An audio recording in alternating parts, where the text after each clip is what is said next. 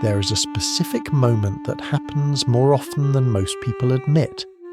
It doesn't arrive during the excitement of a new connection or the intensity of an argument. It surfaces quietly, usually alone, when someone scrolls through their phone or sits across from yet another person who feels strangely familiar.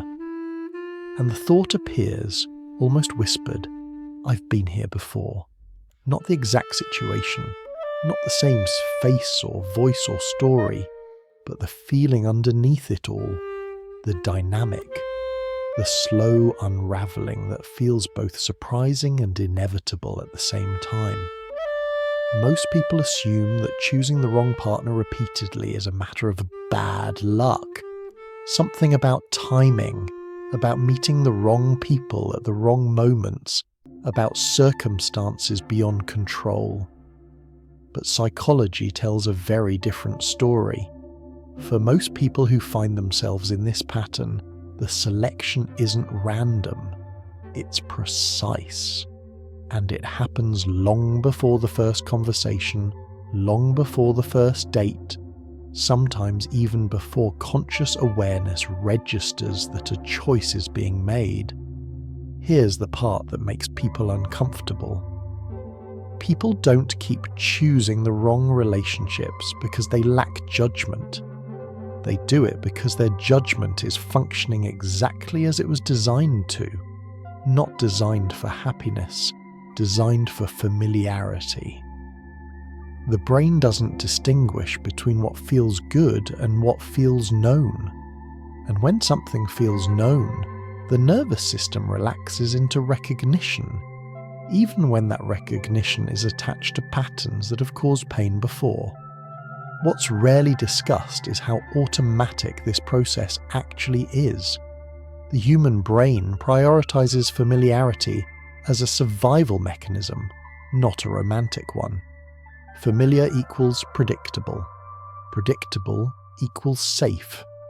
Even when the familiar pattern is objectively harmful.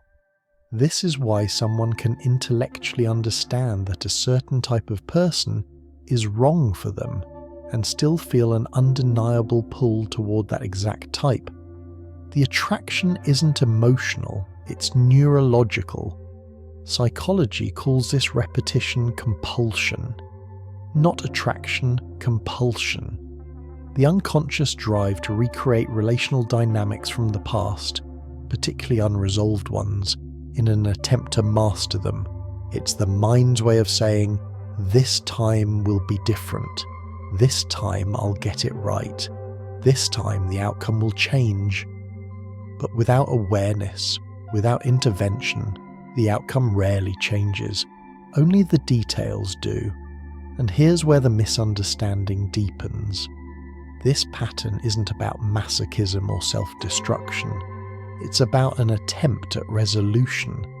People who repeatedly choose the wrong partners are often trying to heal something that was broken before they had the language to name it.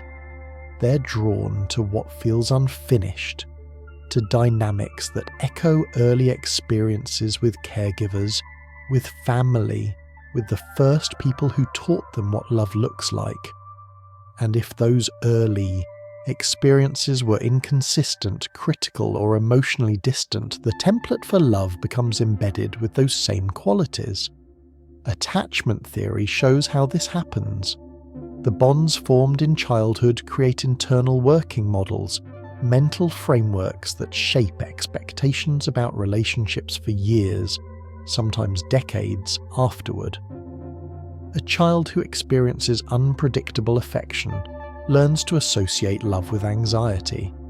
A child who encounters emotional unavailability learns that warmth must be earned, never freely given.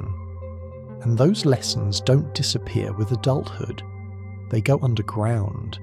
They become the subconscious filter through which every potential partner is evaluated. This is why people often describe feeling an instant spark with someone who will eventually hurt them. That spark isn't chemistry in the romantic sense, it's recognition. The nervous system identifying a familiar emotional landscape, even when that landscape includes neglect, inconsistency, or criticism. And because it's familiar, it feels like home. Not a safe home, necessarily, just home. What makes this particularly difficult is that the pattern operates outside conscious awareness. Someone can genuinely want a healthy relationship, can list all the qualities they're looking for, can set intentions and boundaries, and still find themselves drawn to the same type of person who has disappointed them before. Because the selection happens in a part of the brain that doesn't respond to logic. It responds to emotional memory, to patterns laid down before thought, before language, before choice. The process begins earlier than most people realize. Before words are exchanged, before profiles are read, before dates are planned. It begins in the body's immediate response to presence, a certain vocal tone that matches a parent's cadence, a particular way of withholding attention that mirrors early experiences, a specific pattern of closeness followed by distance that feels correct in ways the conscious mind doesn't understand, but the nervous system absolutely does. And when someone with low self-esteem enters this dynamic, the compulsion intensifies. Because low self-esteem doesn't just affect how someone sees themselves, it affects who they believe they deserve. On a conscious level, they may want respect, consistency, emotional availability. On a subconscious level, they may feel unworthy of those things, so they select partners who confirm that unworthiness, not intentionally, automatically. This creates a feedback loop.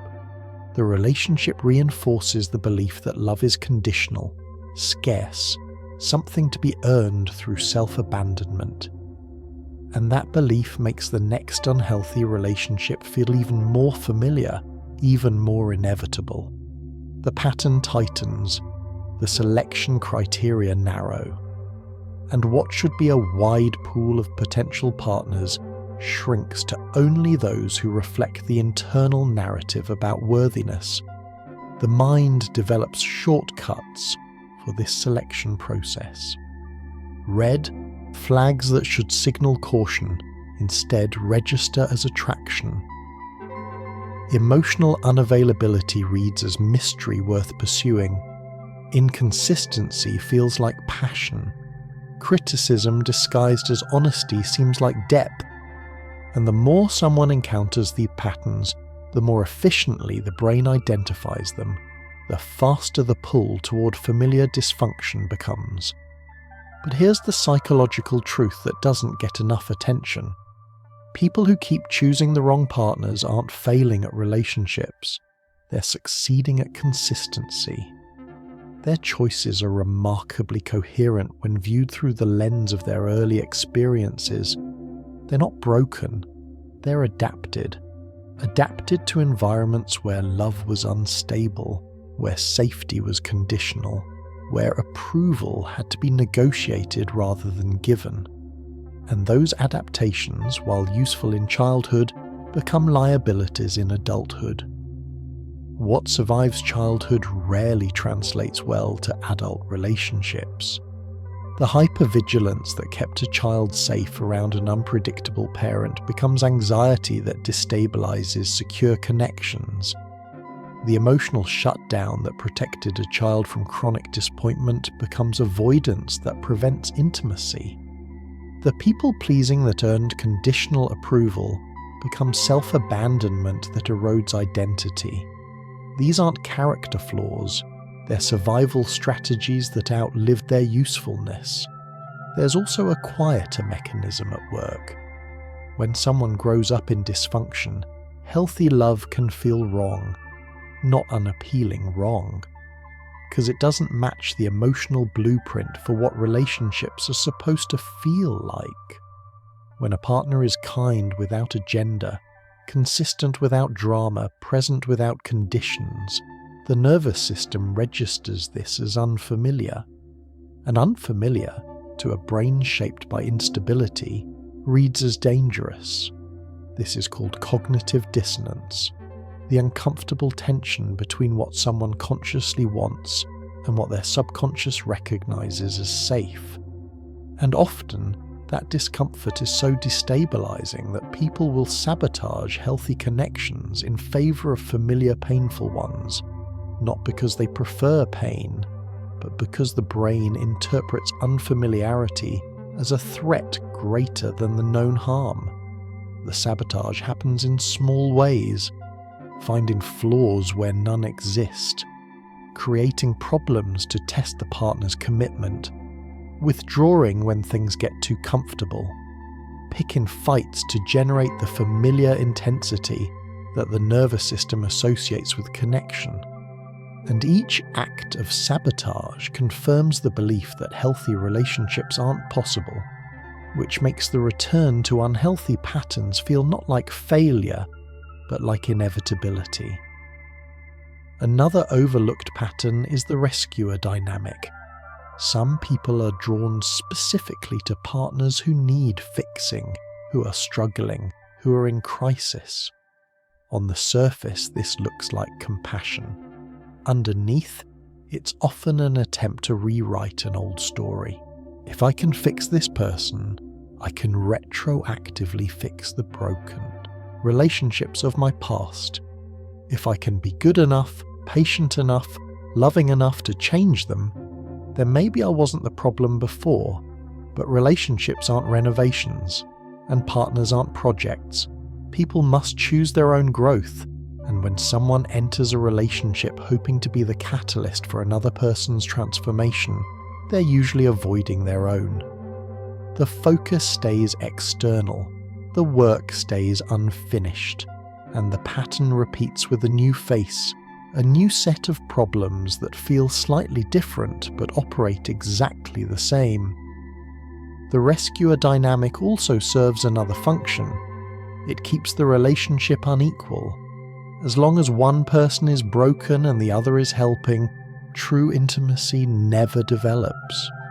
The helper maintains control, the one being helped remains dependent, and both avoid the vulnerability that comes with standing on equal ground, with being seen fully, with risking rejection not because of circumstances, but because of who they fundamentally are. What's also true is this. Many people who choose the wrong partners do so because the fantasy of potential feels safer than the reality of presence. An emotionally unavailable partner offers the perfect conditions for projection. The relationship exists more in imagination than in actual interaction, and imagination is controllable in ways reality is not. As long as the partner remains distant, the fantasy can stay intact. The moment they become available, the projection collapses, and often so does the attraction. This is why some people lose interest the moment someone shows genuine care. Not because they don't want love, because love without withholding doesn't match the template. And when the template doesn't match, the mind rejects the connection, regardless of how objectively healthy it is. The pattern becomes self-reinforcing in another way too. Each failed relationship provides evidence for the belief system that generated it. See, love is painful. See, I'm not worthy. See, everyone leaves eventually.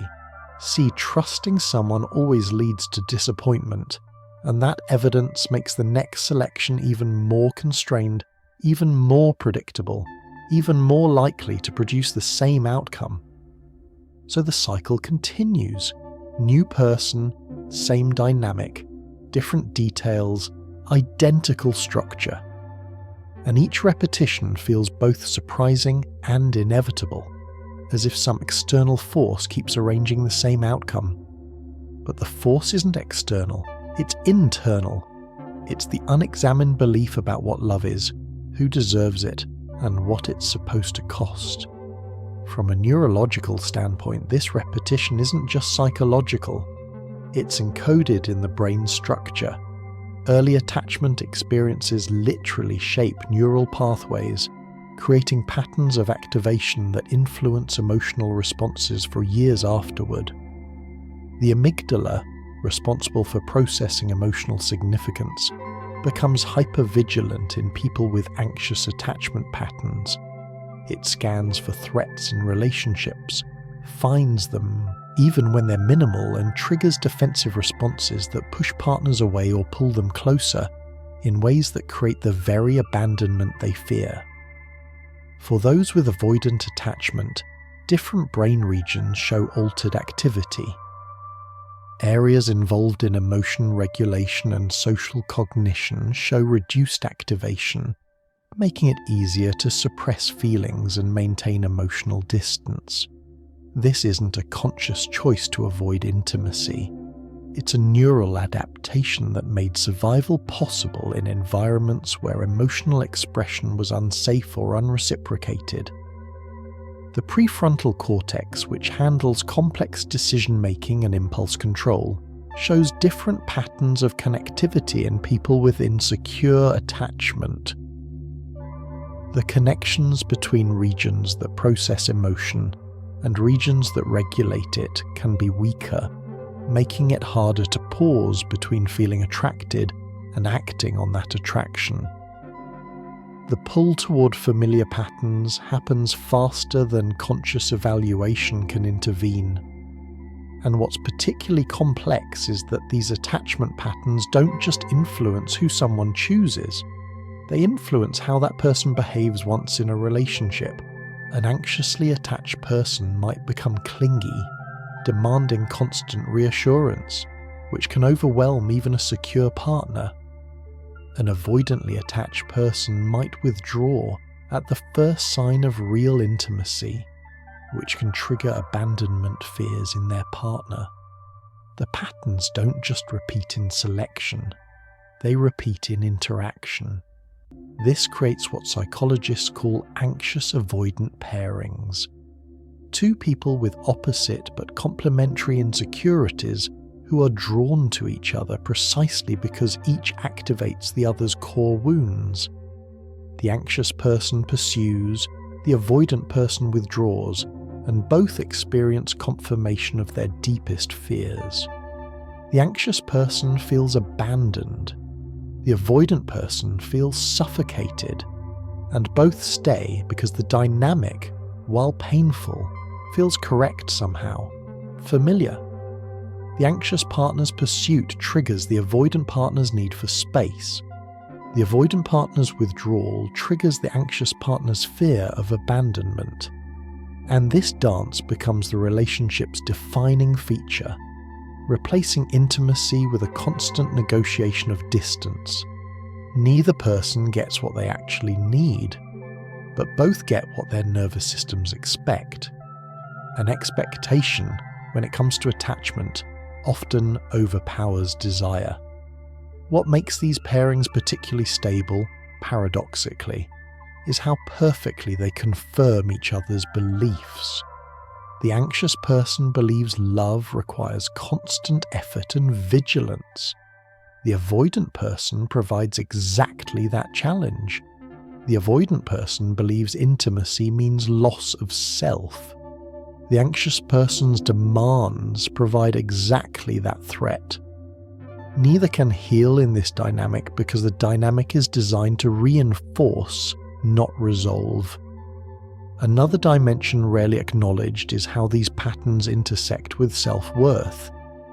Low self-esteem creates a perceptual filter that interprets neutral behaviours as rejection. A partner who doesn't text back immediately becomes evidence of disinterest. A partner who needs space becomes proof of inadequacy. And these interpretations trigger behaviours, demands for reassurance, accusations, withdrawal, that strain the relationship and often create the very outcomes that were feared. But the self-worth issue runs deeper than interpretation. It affects selection at the most fundamental level. People with low self-esteem often feel more comfortable with partners who treat them poorly because mistreatment aligns with their internal beliefs about what they deserve. Being treated well creates cognitive dissonance.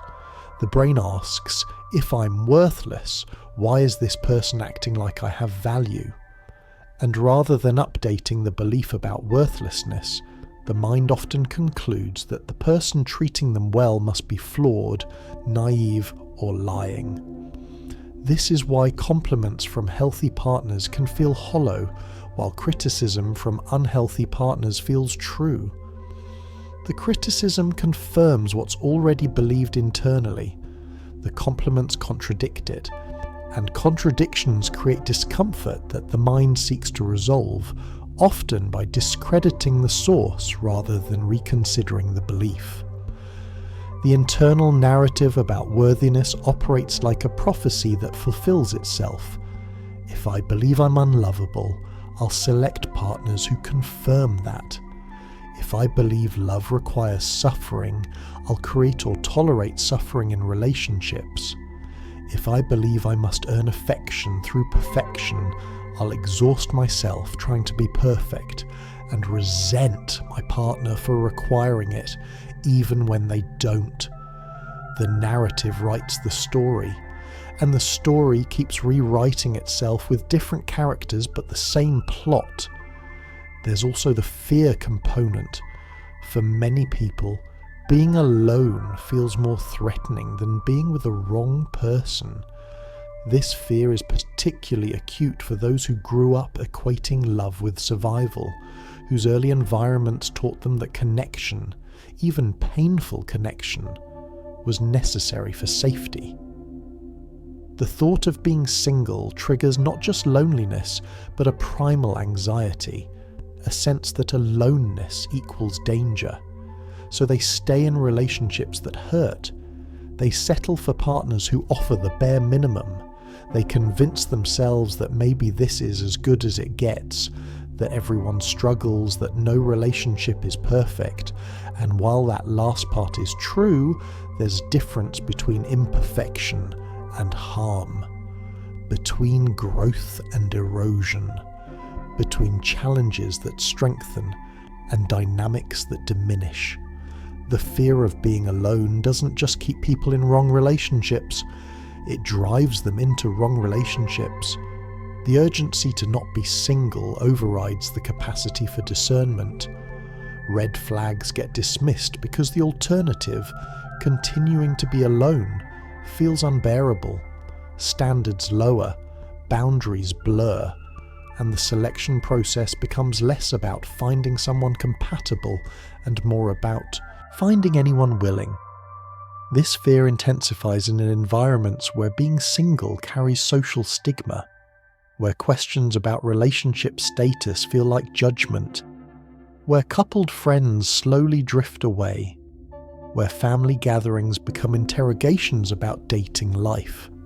The external pressure compounds the internal anxiety until being with the wrong person starts to feel like the socially acceptable choice compared to the vulnerability of being alone. What keeps many people trapped is hope. Hope that the person will change. Hope that if they just try harder, give more, endure longer, things will improve. And sometimes they do improve temporarily. Just long enough to reset the cycle, just long enough to make leaving feel premature. This is called intermittent reinforcement, and it's one of the most powerful psychological mechanisms for maintaining behavior. When rewards come unpredictably, the mind stays engaged, always waiting for the next moment of validation, always willing to endure more pain for the possibility of pleasure. And because the moments of good feel so intense after stretches of bad, they seem more meaningful than they are. The contrast creates an illusion of depth. A partner who is normally distant becomes overwhelmingly significant when they show a flash of warmth. A partner who is normally critical becomes unforgettable when they offer a single compliment. The scarcity makes ordinary gestures feel extraordinary, And that distorted perception keeps people invested in relationships that, viewed objectively, offer very little. The brain's reward system responds more strongly to unpredictable rewards than to consistent ones. This is why slot machines are addictive and why intermittent affection can feel more compelling than steady love. The uncertainty triggers a dopamine response that feels like excitement, like passion, like proof that this matters. But it's not love.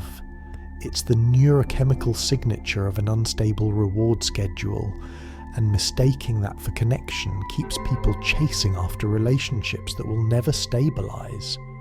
But here's what makes this particularly painful. People who keep choosing wrong partners often aren't choosing thoughtlessly. They're choosing carefully, according to criteria they don't fully understand.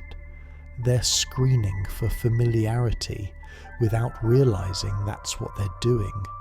They're selecting for partners who will recreate the emotional climate of their childhood, not because they want that climate, but because their nervous system recognizes it as the baseline for what relationships are.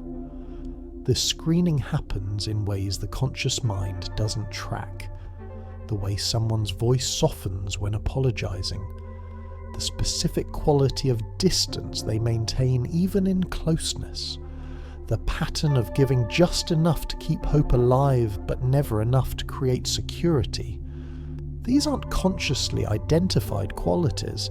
They're felt, recognized at a level deeper than thought.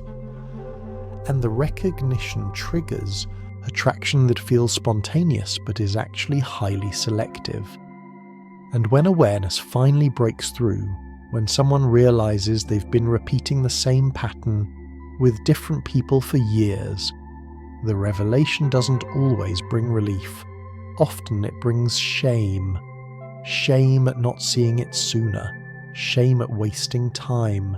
Shame at thinking they were making free choices when those choices were constrained by unconscious patterns they didn't know existed. That shame can be as paralyzing as the pattern itself. The shame carries a particular weight because it forces a reckoning with agency. If the pattern was visible all along, why didn't I see it? If I was choosing wrong people, why didn't I choose differently? The questions ignore how unconscious processes work, how patterns can be obvious in hindsight but invisible in real time, how awareness itself is often the thing that was missing. But shame doesn't care about psychological nuance, it just insists. You should have known better. What also surfaces during this recognition is grief. Grief for time lost. Grief for the version of love that was imagined but never materialized. Grief for relationships that consumed energy and attention but never had the foundation to work. And underneath all of that, grief for the childhood that created these patterns, for the early experiences that taught love to feel like anxiety, for the wounds that have been directing choices for years without permission. This grief is often complicated by anger at parents who didn't model healthy love, anger at past partners who took advantage of wounds they could sense but didn't care to honour, anger at self for participating in dynamics that caused harm. And sorting through those layers, acknowledging what belongs where, deciding what to do with the anger once it's felt, that work is necessary before real change becomes possible. Some people reach this awareness and freeze.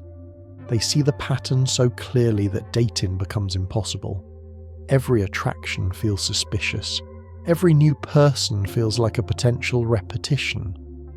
The mind becomes hypervigilant, scanning for red flags, finding them everywhere, dismissing possibilities before they even begin. This protective strategy prevents future harm but also prevents future connection, and the isolation that results can feel like its own kind of trap. Others reach awareness and immediately try to override their instincts completely. They force themselves to date people who feel safe even when there's no attraction. They pursue relationships that look good on paper but feel empty in practice.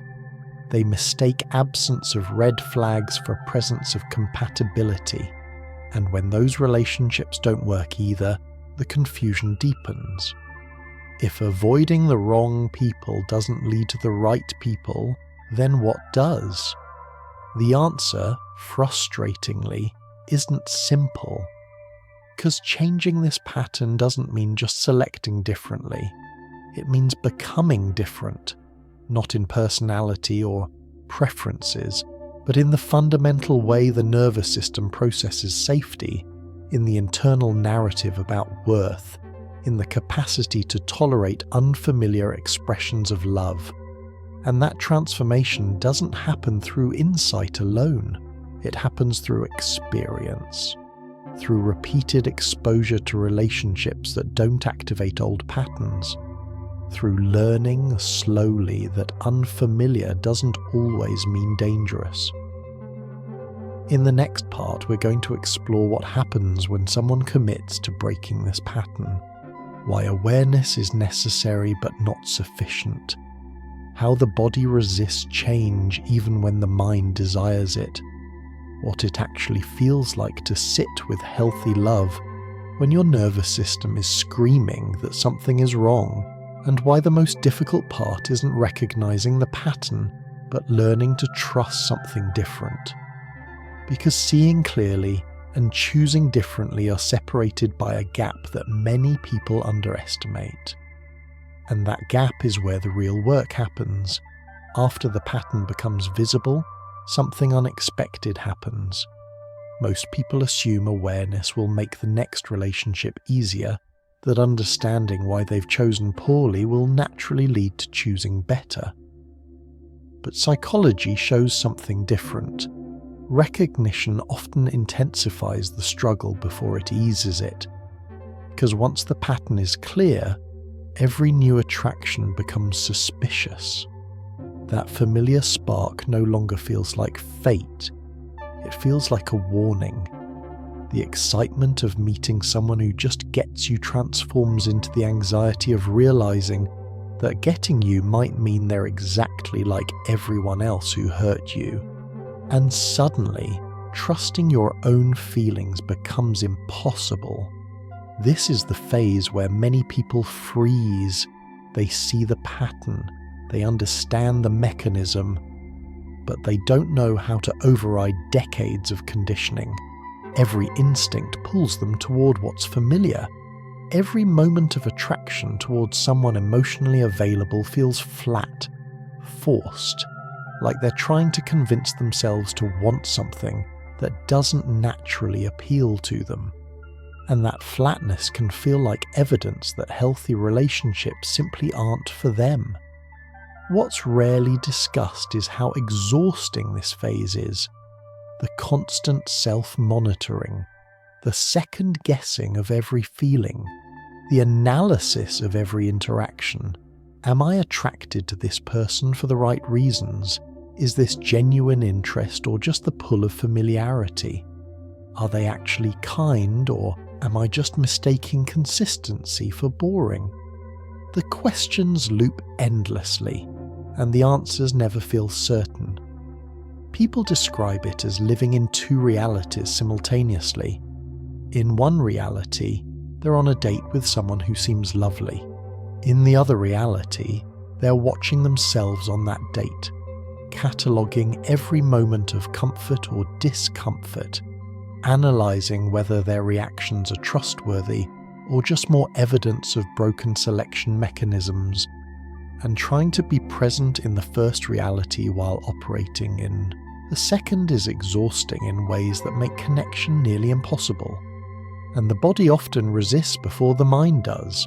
Someone can intellectually know that a partner is good for them and still feel their chest tighten during moments of intimacy. They can understand that emotional availability is healthy, and still experience it as suffocating, because the nervous system doesn't update as quickly as understanding does. It's still operating on old information, still treating closeness without crisis as danger. Psychologically, this is called neuroception, the body's subconscious assessment of safety, operating below conscious awareness. And for someone whose early experiences taught them that love comes with conditions, chaos, or withdrawal, the nervous system has learned to feel safe in precisely those dynamics. Calm triggers hypervigilance. Consistency triggers waiting for disaster. Kindness triggers suspicion. The body remembers what the mind tries to forget. It remembers the moment affection was withdrawn as punishment. It remembers the unpredictability of care. It remembers the relief that came from managing crises, because at least crisis was a known quantity. And when those body memories encounter relationships without those features, the alarm system activates, not because something is wrong, because something is different. So even when someone is in a relationship with a genuinely healthy partner, their body might be sending alarm signals, not because anything is wrong, because everything is unfamiliar. And that unfamiliarity, to a system trained in dysfunction, registers as threat. The heart races, the stomach tightens, the mind searches for problems that aren't there, creating them if necessary, just to return the relationship to a recognizable emotional temperature.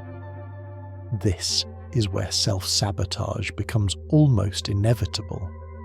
Not because someone wants to destroy the relationship, but because the discomfort of health feels unbearable. So they pick fights, they withdraw, they create tests that the partner will inevitably fail. They manufacture the very crisis that their nervous system associates with connection. And when the relationship deteriorates, there's an awful kind of relief. At least now it feels right. This sabotage rarely looks dramatic. It looks like pulling away when things get too close, like finding fault with minor things, like manufacturing reasons to be angry, like testing whether the partner will stay through manufactured difficulty. And when the partner, exhausted by the constant testing, eventually leaves, it confirms the original fear. See, no one stays. See, I was right not to trust this. See, healthy relationships don't exist for people like me. Another shift happens around recognizing red flags in real time. Before awareness concerning behaviors got filtered out, reframed as quirks or explained away by circumstances. After awareness, those same behaviors stand out immediately. The way someone talks about their exes, the inconsistency between their words and actions, the subtle ways they deflect responsibility or minimize your needs. These details were always visible. Now they're undeniable.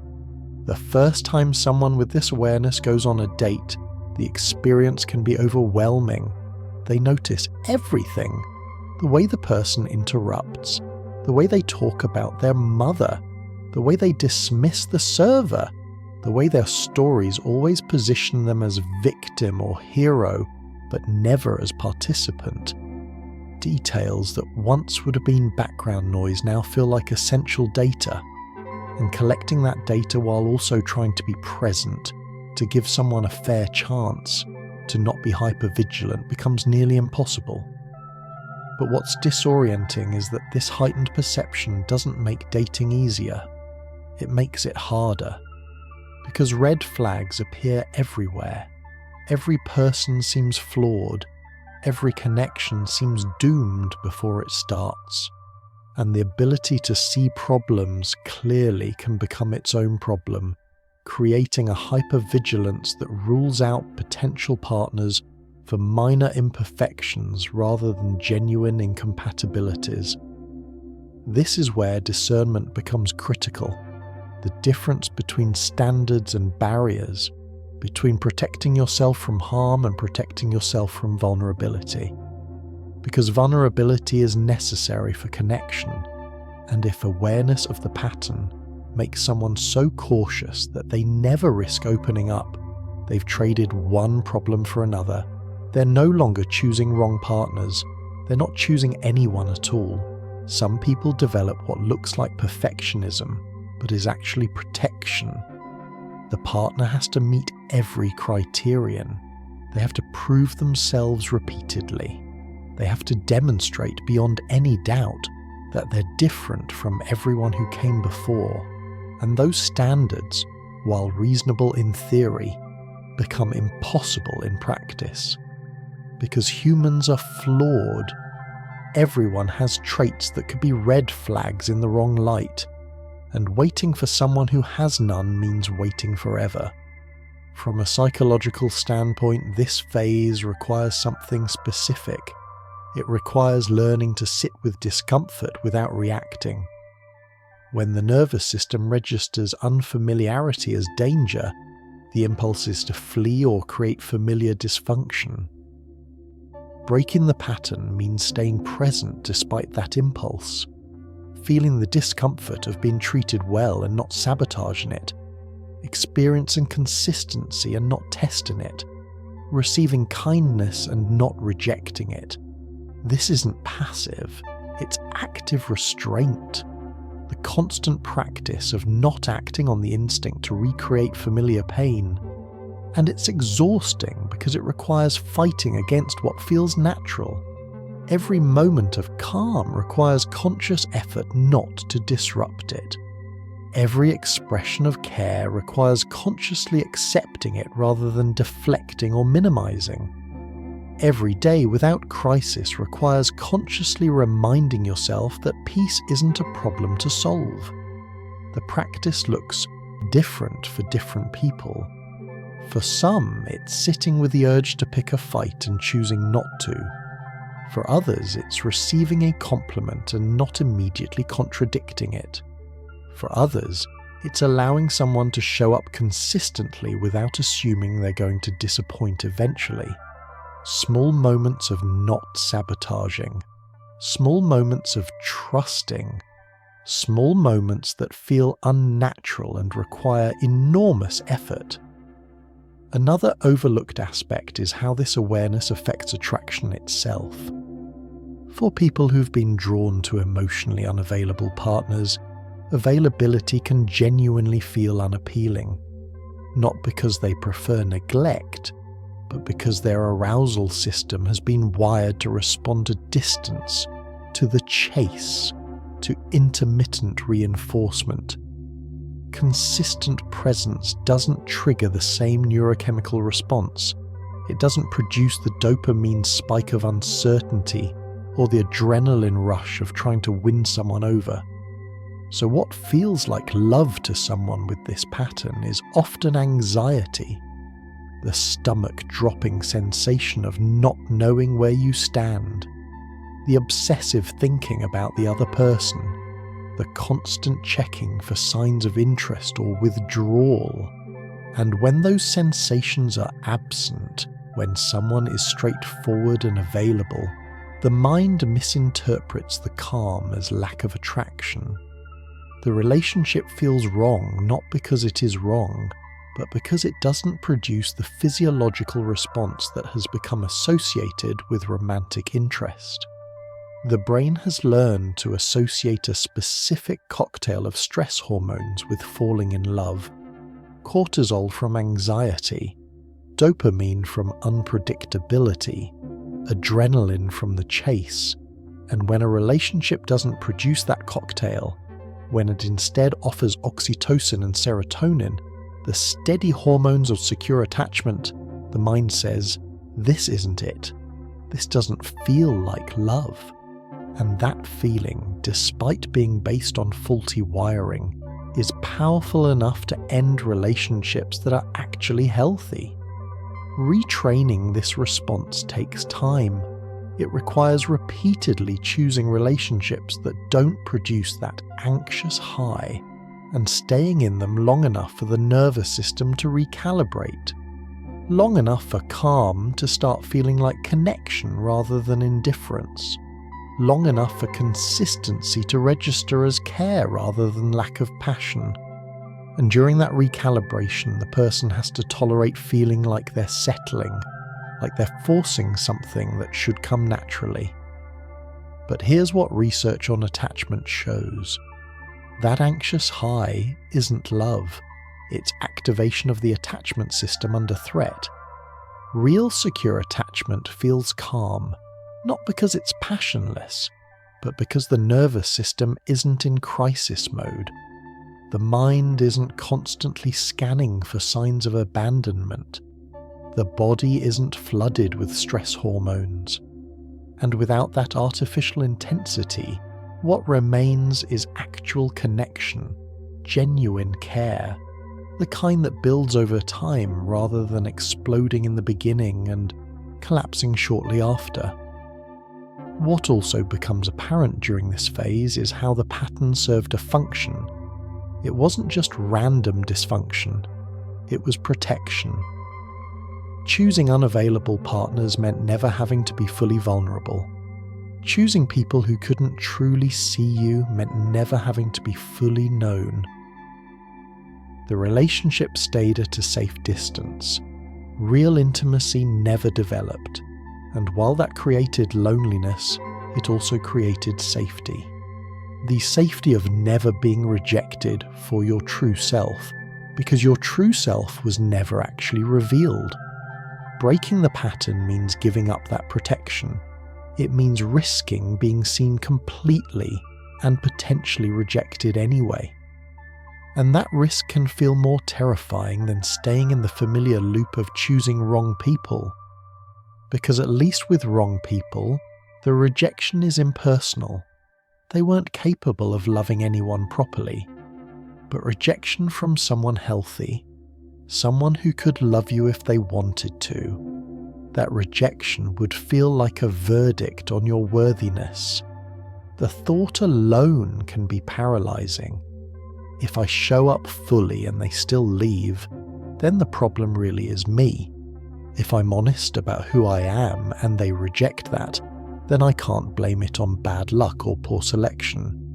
It becomes personal in a way that familiar dysfunction never is. And that possibility that someone might see you clearly and decide you're not enough can feel more dangerous than any amount of familiar pain. This is where many people retreat back into old patterns. The fear of authentic rejection becomes more powerful than the pain of repetitive dysfunction. Better to stay with people who can't truly see you than to risk being seen and found wanting. Better to blame the pattern on bad luck than to confront the possibility that you might be chosen differently if you showed up differently. But there's another possibility that emerges if someone can tolerate this phase. Gradually, the nervous system does recalibrate. The unfamiliar becomes familiar. What once felt wrong starts feeling neutral, then eventually right. The discomfort of being treated well begins to fade, and in its place something quieter appears. Not the intensity of anxious attachment, but the steadiness of secure connection. The recalibration doesn't happen through willpower, it happens through experience. Through being in relationships where kindness is consistent enough that the nervous system stops waiting for the other shoe to drop. Through receiving care that doesn't come with conditions enough times that the mind accepts it as real. Through someone staying through difficulty not because they're desperate but because they choose to. And each of those experiences writes new information into the nervous system, slowly overriding old expectations. And when that steadiness settles in, attraction itself changes. The qualities that once seemed boring, reliability, consistency, emotional availability, start to feel appealing. Not because the person changed, but because the nervous system stopped interpreting those qualities as threats. The red flags that used to feel like green lights now register accurately, and the green lights that used to feel wrong finally start to feel like what they are: signs of safety. This shift doesn't happen all at once. It happens in small increments. Choosing to stay in a conversation that feels too calm instead of creating conflict. Accepting a compliment instead of deflecting it. Believing someone when they say they care instead of testing them. Each small choice builds new neural pathways. Each moment of not sabotaging strengthens the capacity to tolerate health. But the increment is so small that it's often invisible day to day. People in this phase describe feeling like nothing is changing, like they're still attracted to the wrong people, like they're still sabotaging good things. And then one day, they realize they walked away from a red flag without questioning themselves. Or they stayed present during a moment of intimacy without panicking. Or they received care without immediately finding reasons to mistrust it. The change accumulated silently until suddenly it was undeniable. What remains difficult is the loneliness of this transition, because as the old pattern breaks, the pool of familiar people shrinks. Friends who are still trapped in dysfunction feel distant. Dating feels impossible because almost everyone triggers either the old attraction or no attraction at all. And the space between letting go of what was familiar and finding what could be healthy feels vast and isolating. The loneliness intensifies because the people who would understand are often the ones caught in the same patterns. And the people who aren't caught in those patterns often don't understand why this is so hard. To someone with secure attachment, the advice seems obvious. Just choose better people. But they don't understand that attraction isn't chosen, that the body responds before the mind decides, that unlearning decades of conditioning isn't a matter of willpower or better judgment. But isolation for people breaking this pattern is often necessary. Not permanent isolation, but temporary withdrawal from the relationship dynamics that reinforced old beliefs. Time to build a relationship with oneself that isn't mediated through another person's opinion. Time to develop internal validation that doesn't require external confirmation. Time to learn that being alone is different from being unworthy. And during that aloneness, something unexpected can happen. The desperation to be in a relationship begins to fade, not because connection stops mattering, but because the fear of being alone loses its urgency. And when that fear quiets, choices become clearer. It's easier to walk away from wrong partners when staying doesn't feel like the only alternative to unbearable loneliness. It's easier to wait for right partners when waiting feels like self-respect rather than punishment. The shift happens when aloneness stops feeling like exile and starts feeling like homecoming, when the quiet becomes restorative instead of threatening, when self-companionship becomes something valued rather than something tolerated until another person arrives. This isn't about deciding to be alone forever. It's about deciding that alone is acceptable, even good, which paradoxically makes healthy partnership more possible. From a psychological perspective, this is when the pattern truly breaks. Not when someone understands it intellectually, but when they embody the shift. When their nervous system no longer equates familiarity with safety. When their self-worth no longer depends on someone else choosing them. When their attraction responds to genuine compatibility rather than unconscious repetition. And here's what that looks like in practice.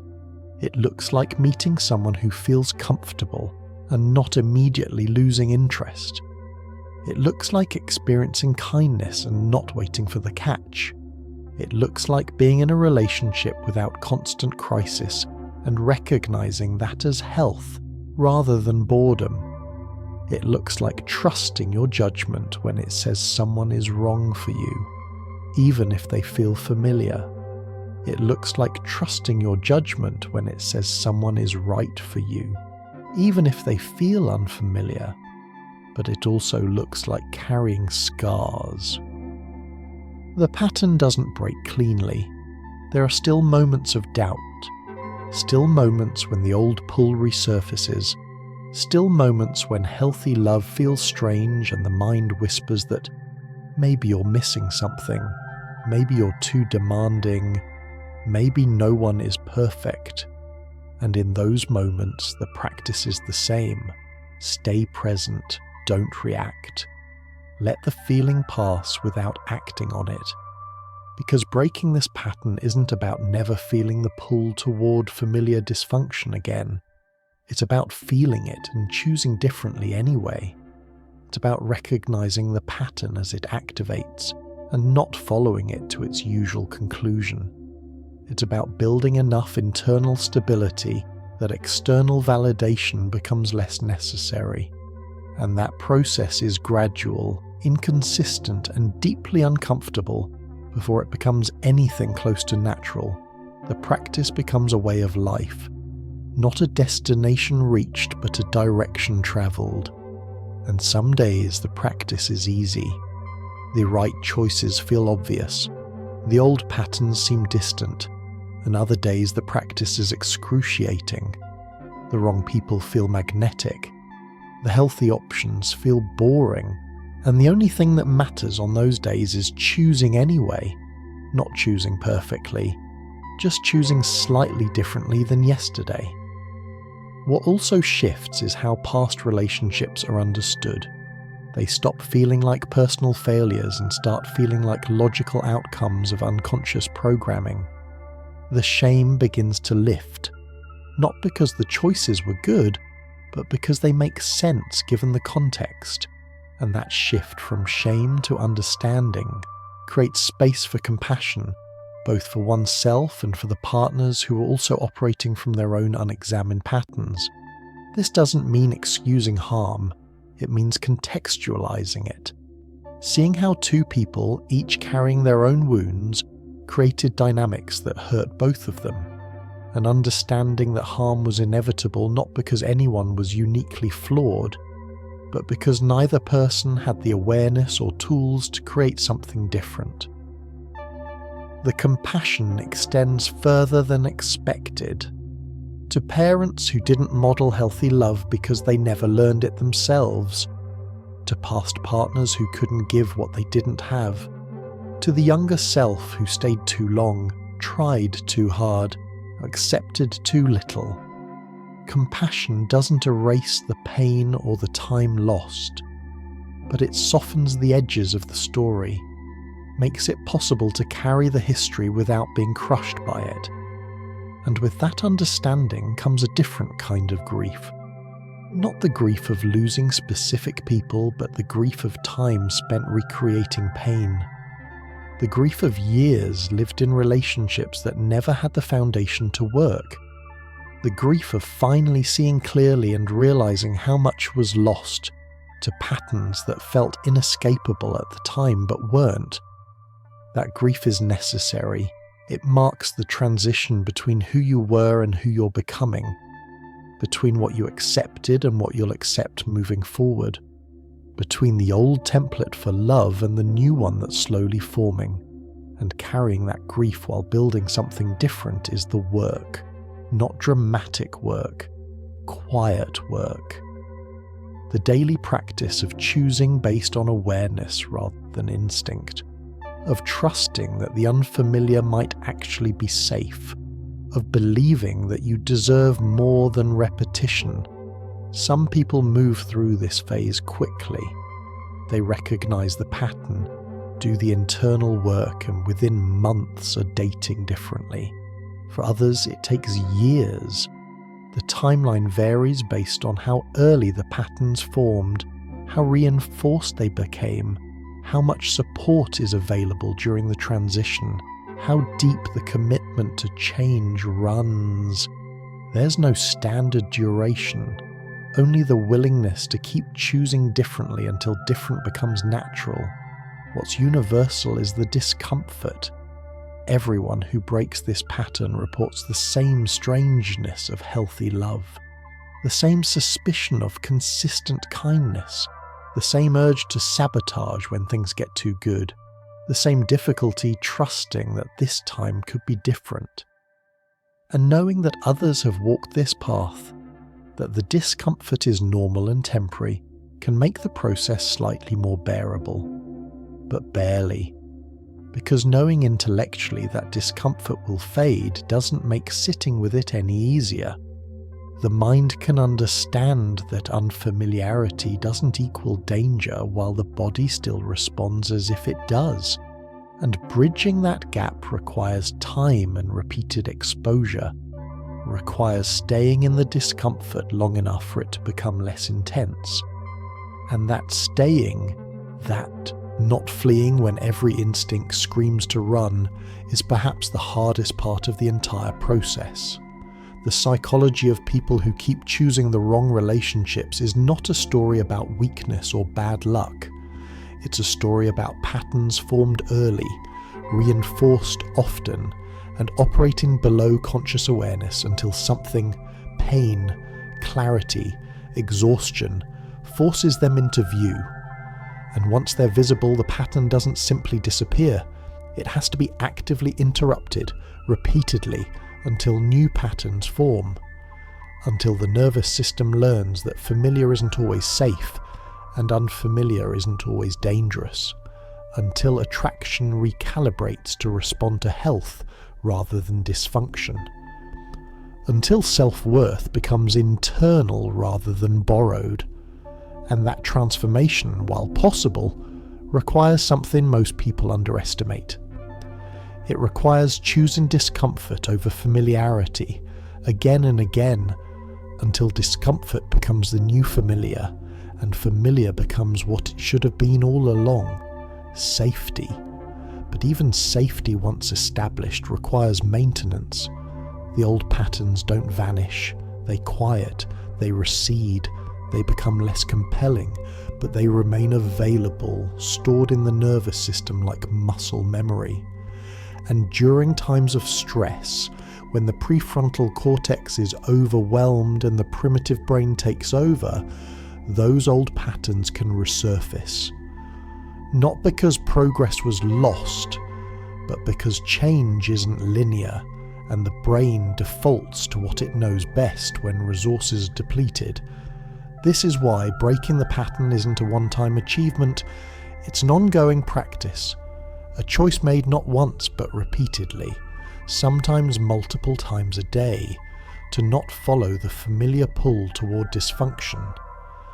And the people who sustain change are the ones who accept this reality, who build support systems to catch them when they slip, who develop self-compassion for the moments when old patterns activate, who see relapse not as failure, but as information about what still needs attention. The transformation also requires something else that often gets overlooked. It requires grieving the fantasy version of the person you thought you were, the version who was one right relationship away from happiness, the version whose problems were all external, fixable by finding the right partner, the version who could be saved by someone else's love. That version has to die for the new version to emerge, and that death, like all deaths, requires mourning. Because there's a peculiar comfort in believing your life would be perfect if only you found the right person. It keeps hope alive, it keeps the focus external, it absolves you of responsibility for your own healing. And letting go of that fantasy means accepting that no partner, no matter how healthy, will complete you, that you are responsible for your own wholeness, that the work of becoming secure is yours alone, and that reality, while ultimately freeing, can feel like loss. Some people resist this realization fiercely. They change partners but keep the same expectations. They choose healthier people but still wait to be rescued. They do the surface work, learn the language of attachment theory, recognize red flags, but underneath, they're still the same person waiting for external validation to make them feel worthy. And until that core belief shifts, until worth becomes internal, the pattern will continue in subtler forms. The subtle forms look like this: dating someone secure but sabotaging it in new ways, recognizing red flags but convincing yourself this time is different, choosing someone emotionally available but remaining emotionally unavailable yourself. The specifics change, but the underlying dynamic stays the same. And sometimes it takes multiple iterations of almost different before the pattern truly breaks. What finally breaks it is often a moment of clarity that lands differently than previous moments of clarity. Not more profound, just differently timed. A moment when the cost of continuing the pattern finally exceeds the comfort of staying in it. When the familiar pain becomes more unbearable than the unfamiliar work of change. When the question shifts from, why can't I find the right person, to why do I keep choosing the wrong one? And that shift in question changes everything. Because the first question is passive. It positions you as victim of circumstance. The second question is active. It positions you as agent of your own experience. And agency, while terrifying, is also empowering. It means you've been choosing, which means you can choose differently. It means the pattern isn't fate, but behavior. And behavior, unlike fate, can change. The change begins with small experiments. What happens if I don't text them back immediately? What happens if I say no to plans that don't work for me? What happens if I share something vulnerable and they respond with care? What happens if I don't test them? Each experiment provides data, and the data slowly overwrites old beliefs, not through logic but through lived experience. The nervous system learns by doing, not by thinking. And gradually the experiments become less effortful.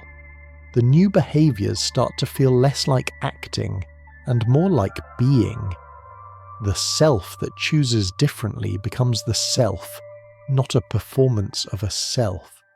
And when that integration happens, when awareness and behaviour align without constant conscious effort, that's when change has truly taken root.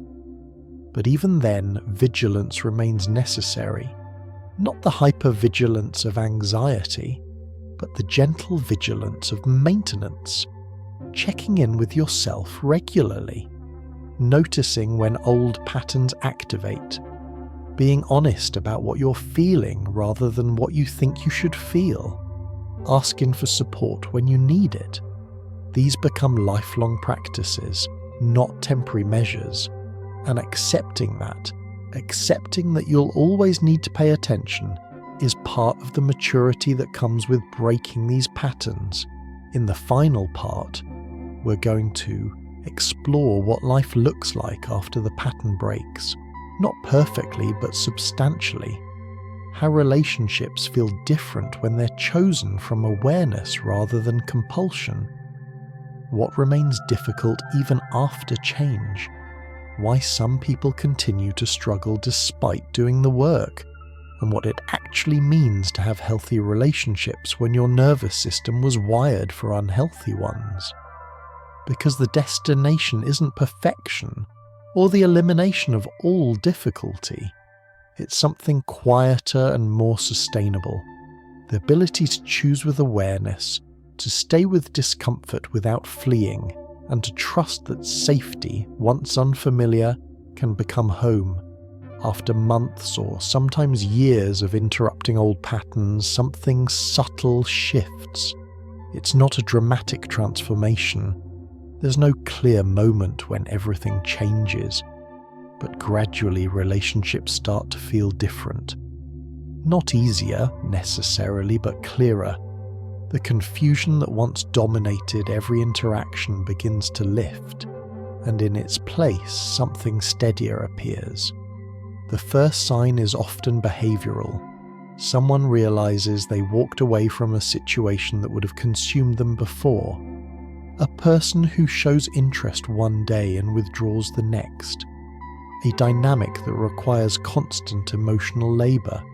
A connection that feels intense but unstable. And instead of chasing, instead of trying to figure out what went wrong, instead of wondering how to fix it, they just let it go. Not dramatically, quietly, as if the old pull toward that dynamic simply isn't there anymore. What makes this different from before is the absence of internal conflict. Previously, walking away required enormous effort. It meant fighting against every instinct. It meant talking yourself out of reaching out multiple times a day. It meant enlisting friends to hold you accountable. But this time, the decision feels neutral, not forced, not something you have to convince yourself to do, just obvious. This is what embodied change looks like. When the nervous system has recalibrated enough that unhealthy dynamics register as uncomfortable rather than familiar.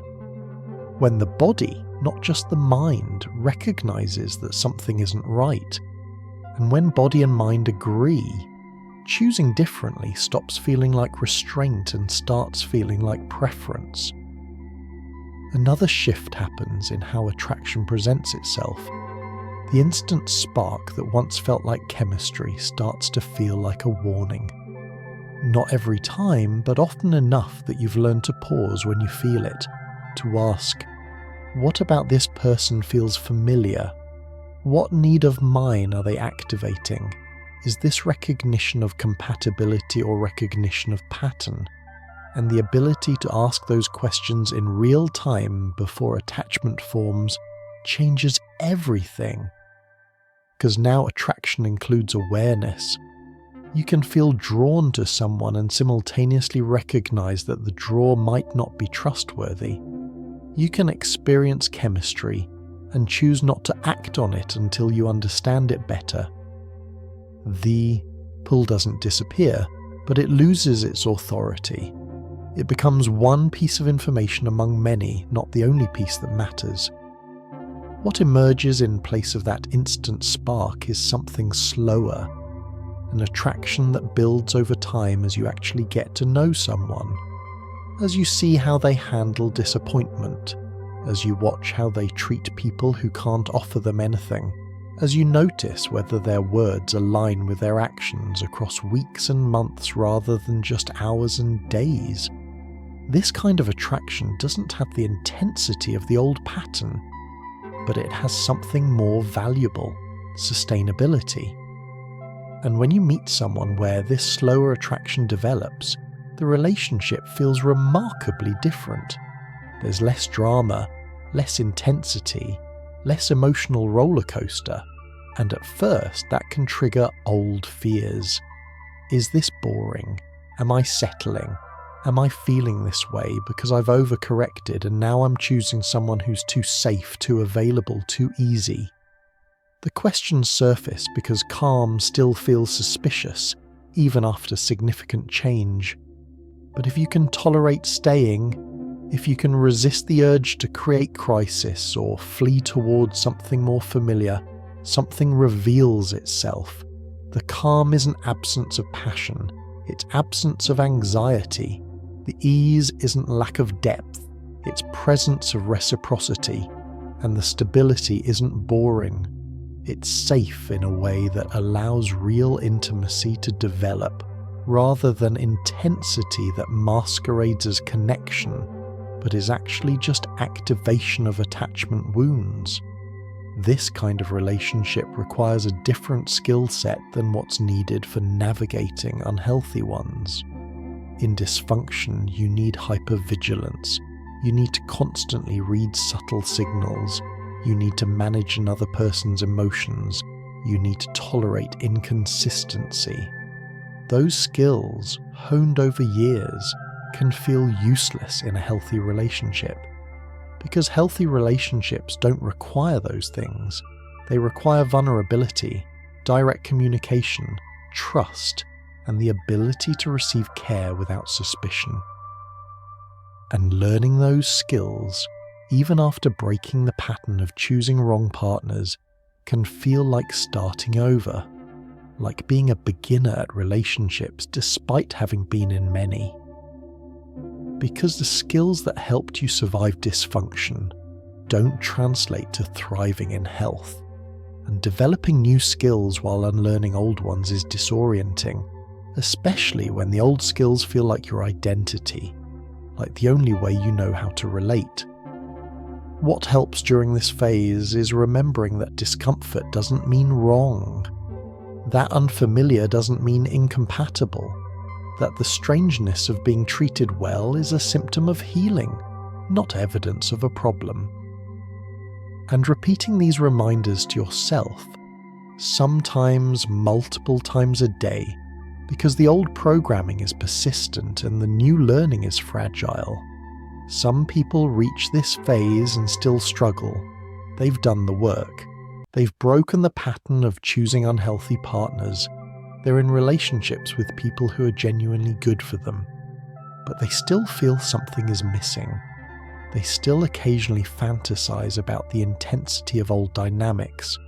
They still wonder if they're capable of the kind of love they see others experience.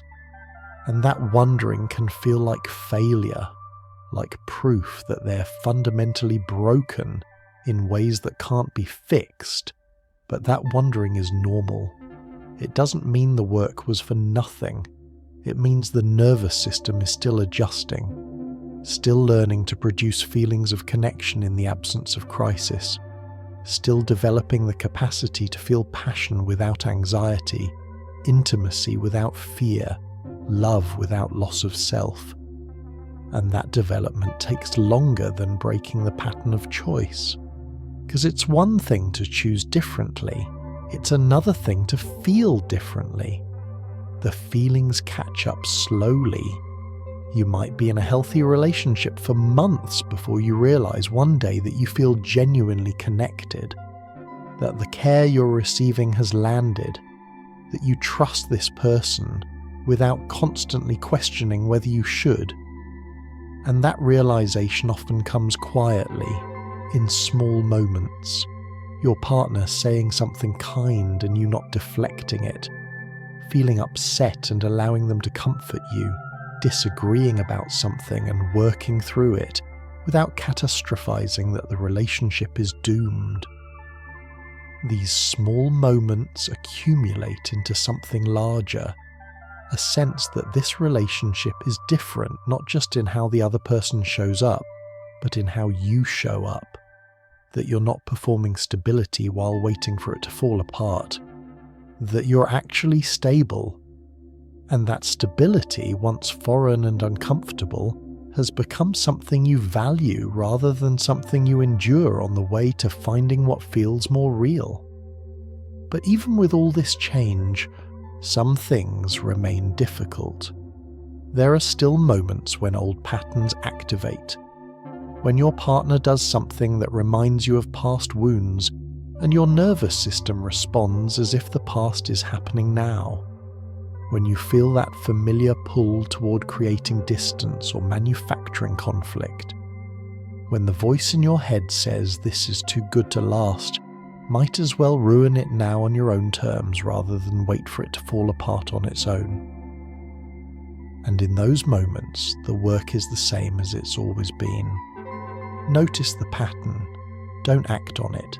Share what you're experiencing with your partner if you can. Ask for reassurance if you need it.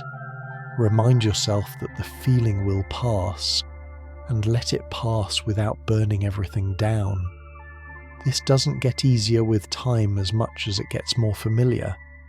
You become better at recognizing when you're activated, faster at implementing tools that help you regulate, more compassionate with yourself when you slip. What also remains is a heightened awareness of other people's patterns. Once you've done the work of examining your own, you can't unsee patterns in others. You watch friends choose wrong partners, and you see exactly why they're doing it. You observe the ways people sabotage healthy connections. You recognize the defense mechanisms, the attachment strategies, the ways wounds manifest in relationship choices. And that seeing can feel lonely because you realize how rare it is for people to do this work. How many live their entire lives repeating patterns they never identify. The loneliness intensifies when you try to talk about it. When you try to explain to someone why you're choosing differently now. When you try to describe how attraction has changed for you. Most people don't relate. They look at you like you're overthinking something that should be simple. Like you've made relationships into an intellectual exercise rather than an emotional experience. And maybe they're partly right. Maybe you do think more than you feel sometimes. But that thinking has been necessary for survival, for breaking free of patterns that would have destroyed you if left unexamined. So you learn to hold your awareness lightly, to use it when needed but not let it dominate every interaction, to trust your gut when it's been retrained but not ignore your mind when it offers valuable information, to be neither purely instinctual nor purely analytical but somewhere in between. And that balance, like everything else in this process, is something you learn by doing, by overcorrecting in both directions until you find a middle that works. Another dimension that remains complex is how to navigate relationships with people who haven't done this work. If your family members still operate from unhealthy patterns, if your friends still choose wrong partners, if your social circle normalizes dysfunction, staying in your own growth can be difficult. You're constantly surrounded by the old normal, and that old normal can start to look appealing when the new normal still feels uncomfortable. Some people create distance from relationships that reinforce old patterns. They pull back from friends who are still stuck. They limit contact with family members who trigger old wounds. They build new communities of people who are also doing this work, who understand the strangeness of healthy relationships, who can support the changes they're making. And while that distancing is sometimes necessary, it also comes with loss. Loss of connection to people who knew you before, loss of shared history, loss of belonging to the world you came from, even as you haven't fully arrived in a new one.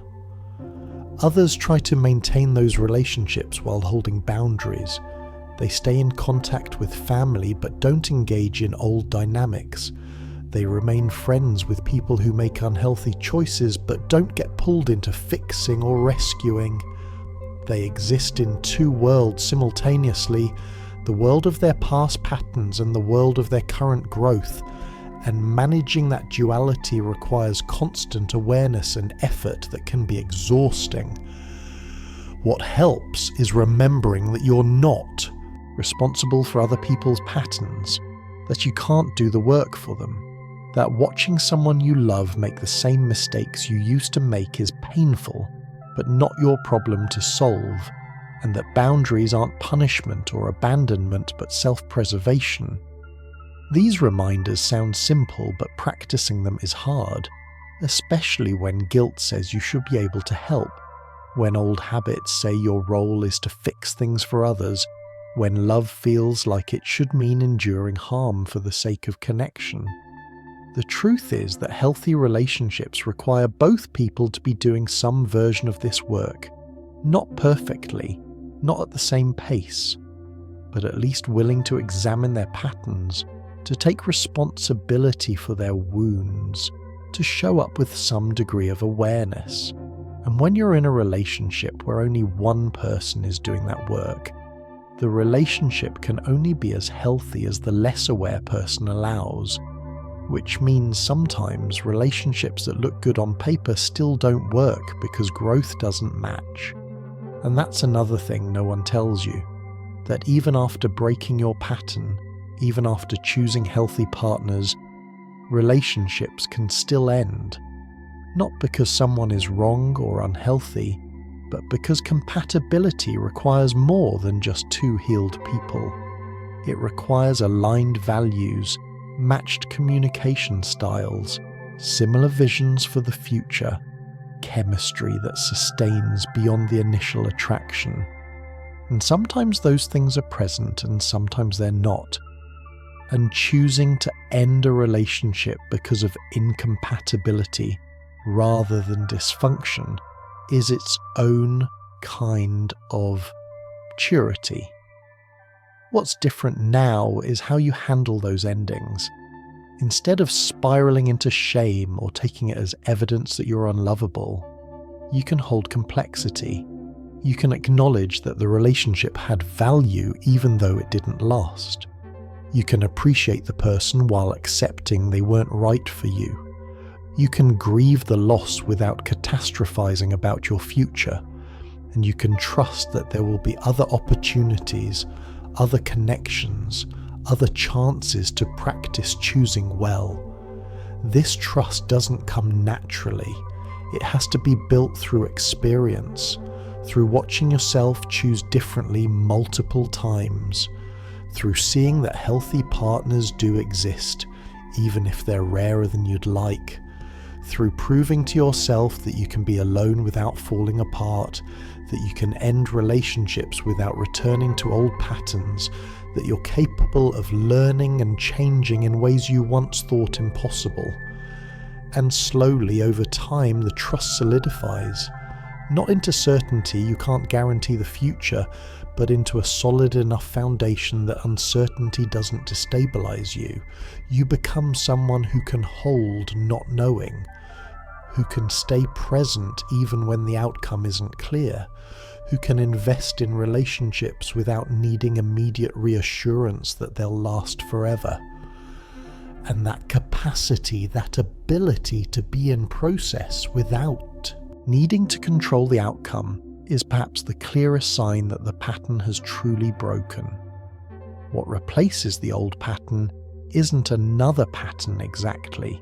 It's more like flexibility, the ability to assess each situation on its own merits, rather than through the lens of past wounds, the capacity to adjust your behaviour based on what's actually happening, rather than what you fear might happen, the willingness to take risks without throwing caution entirely to the wind.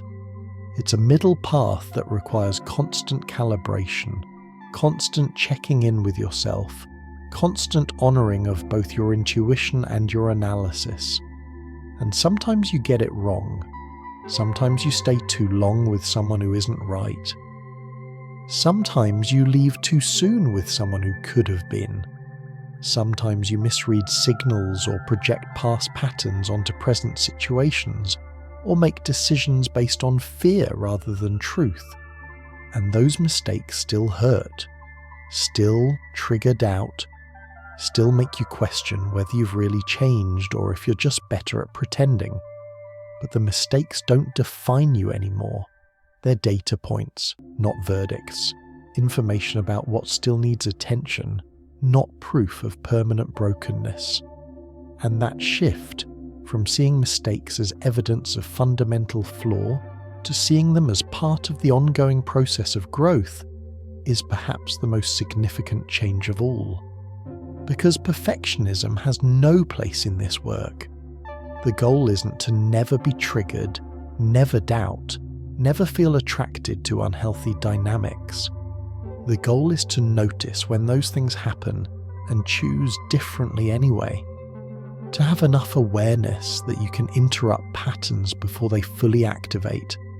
To have enough compassion for yourself that you can recover from slips without collapsing into shame. To have enough trust in the process that you can keep going even when progress feels invisible.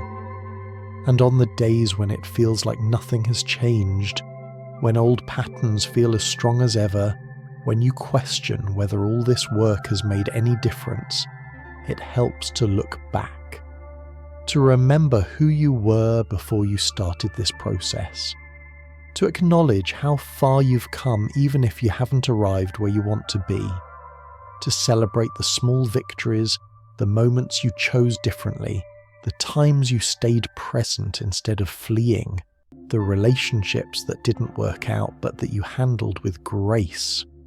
Those small victories accumulate into something larger, into a life that feels more aligned with who you actually are rather than who your wounds convinced you to be, into relationships that nourish rather than deplete, into a sense of self that doesn't require constant external validation to feel stable, into the quiet confidence that you can handle whatever comes because you've already survived the hardest part, which was facing yourself honestly and choosing to change.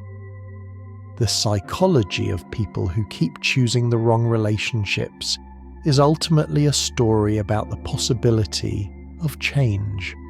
Not easy change, not quick change, not change that happens through insight alone or willpower or finding the right partner, but change that happens through committed practice, through repeatedly choosing discomfort over familiarity, through staying with the process even when it feels unbearable. And what emerges on the other side isn't perfection or the elimination of all struggle. It's something quieter and more real.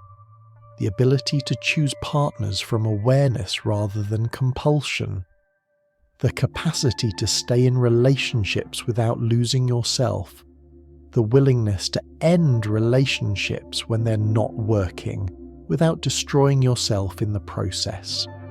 The understanding that love shouldn't require the sacrifice of selfhood. And the trust that you're worthy of care that doesn't come with conditions. These aren't dramatic revelations, they're subtle shifts that compound over time into a fundamentally different way of moving through the world. And while the old patterns never completely vanish, while moments of doubt and activation still occur, they lose their power to determine your choices. They become background noise rather than the signal you follow. And that perhaps is what healing actually looks like. Not the absence of wounds, but the presence of awareness. Not immunity to old patterns, but the ability to recognize and interrupt them. Not perfection, but practice. Again and again. Until one day you realize the practice has become your life. And your life, imperfect and uncertain, and still requiring attention, finally feels like yours. What happens in the years after the pattern breaks is something no one prepares you for. The work doesn't end, it shifts. The focus moves from breaking old patterns to maintaining new ones, from understanding why you chose wrong to learning how to sustain choosing right. And that maintenance phase comes with its own challenges, its own subtle traps, its own questions that don't have clear answers. One of the first things that surfaces is the realization that healthy relationships require skills you never developed. In dysfunctional dynamics, you learn to read micro-expressions, to manage another person's emotions, to survive on minimal care, to make yourself small. Those skills, however painful to acquire, gave you a sense of competence. You knew how to navigate chaos. You knew your role in the dysfunction. You had a map, even if it led to painful destinations. But healthy relationships don't require those skills. They require vulnerability without manipulation, communication without subtext, conflict without catastrophizing, trust without testing. And learning these new skills while your old ones keep activating feels like learning to walk again. You stumble. You overcorrect. You default to what you know when you're stressed. And the frustration of being incompetent at something that seems simple to others can be overwhelming. Take vulnerability, for example. In unhealthy relationships, vulnerability was often weaponized. Share something tender and it will be used against you later. Express a need and it will be dismissed or mocked. Show pain and it will be minimized or ignored. So you learn to protect yourself, to only reveal what was safe, to keep your deepest truths hidden, even from people you claim to be close to. But healthy relationships require actual vulnerability, not the performed version where you share something that seems personal but isn't really. The real version where you expose needs, fears, desires that you can't take back, where you risk being seen in your full complexity, including the parts you're not proud of, and doing that when your history has taught you that vulnerability equals danger requires rewiring that goes deep. The first attempts at vulnerability in healthy relationships often feel mechanical. You know intellectually that you should share. You understand that withholding creates distance, so you force yourself to say things that feel too exposing, and the words come out awkward, stiff, like you're reading from a script. Your partner receives them and responds with care, and instead of relief, you feel suspicious. Why are they being nice about this? What do they want? When will this be used against me? It takes dozens, sometimes hundreds of repetitions of sharing and having it received well before the suspicion begins to fade. Before vulnerability starts to feel less like handing someone ammunition and more like building connection. And even then, the old instinct to protect remains. It quiets but doesn't vanish. And managing that instinct, choosing to be vulnerable even when part of you screams to hide, becomes a daily practice. Communication presents a different challenge. In dysfunctional relationships, communication was often indirect.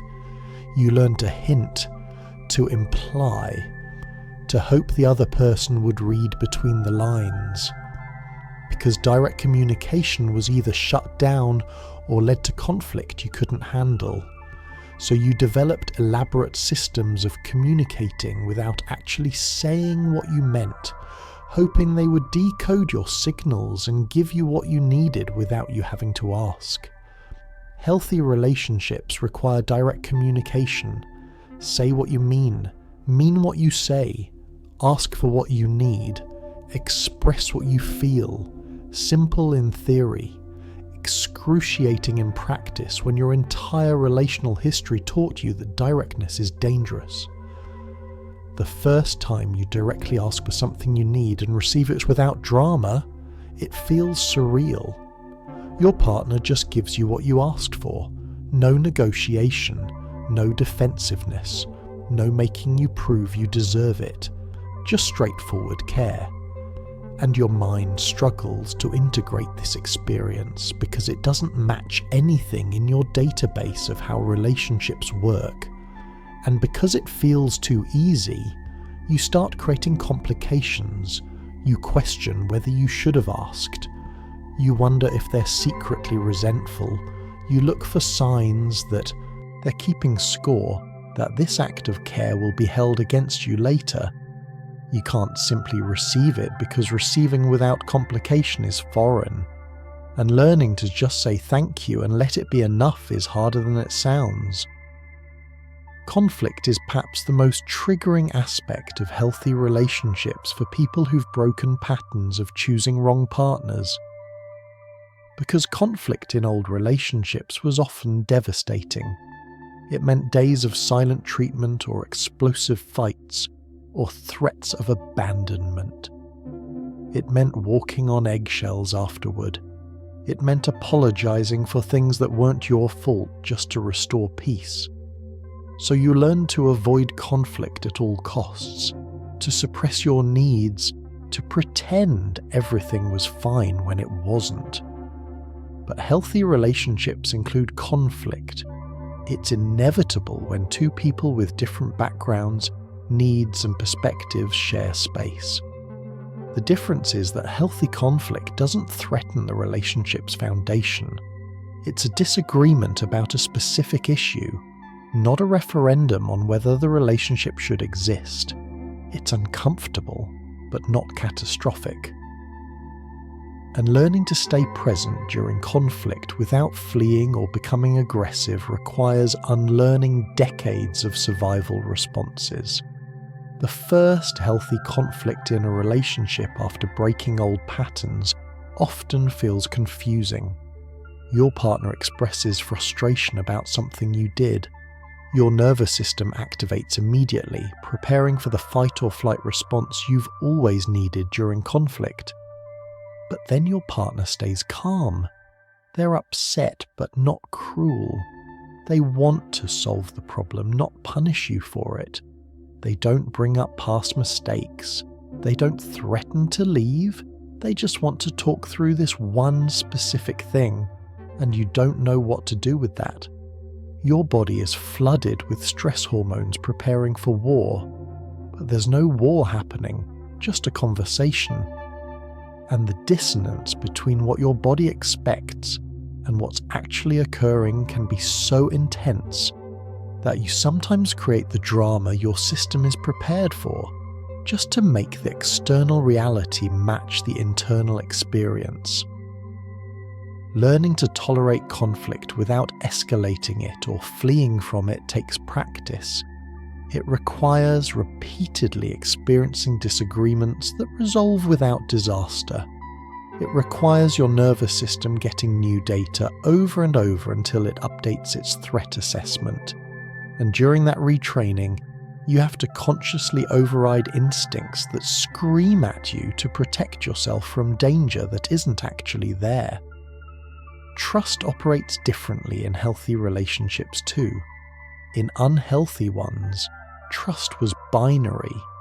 You either trusted completely, ignoring red flags, or you trusted not at all, hypervigilant to every potential threat.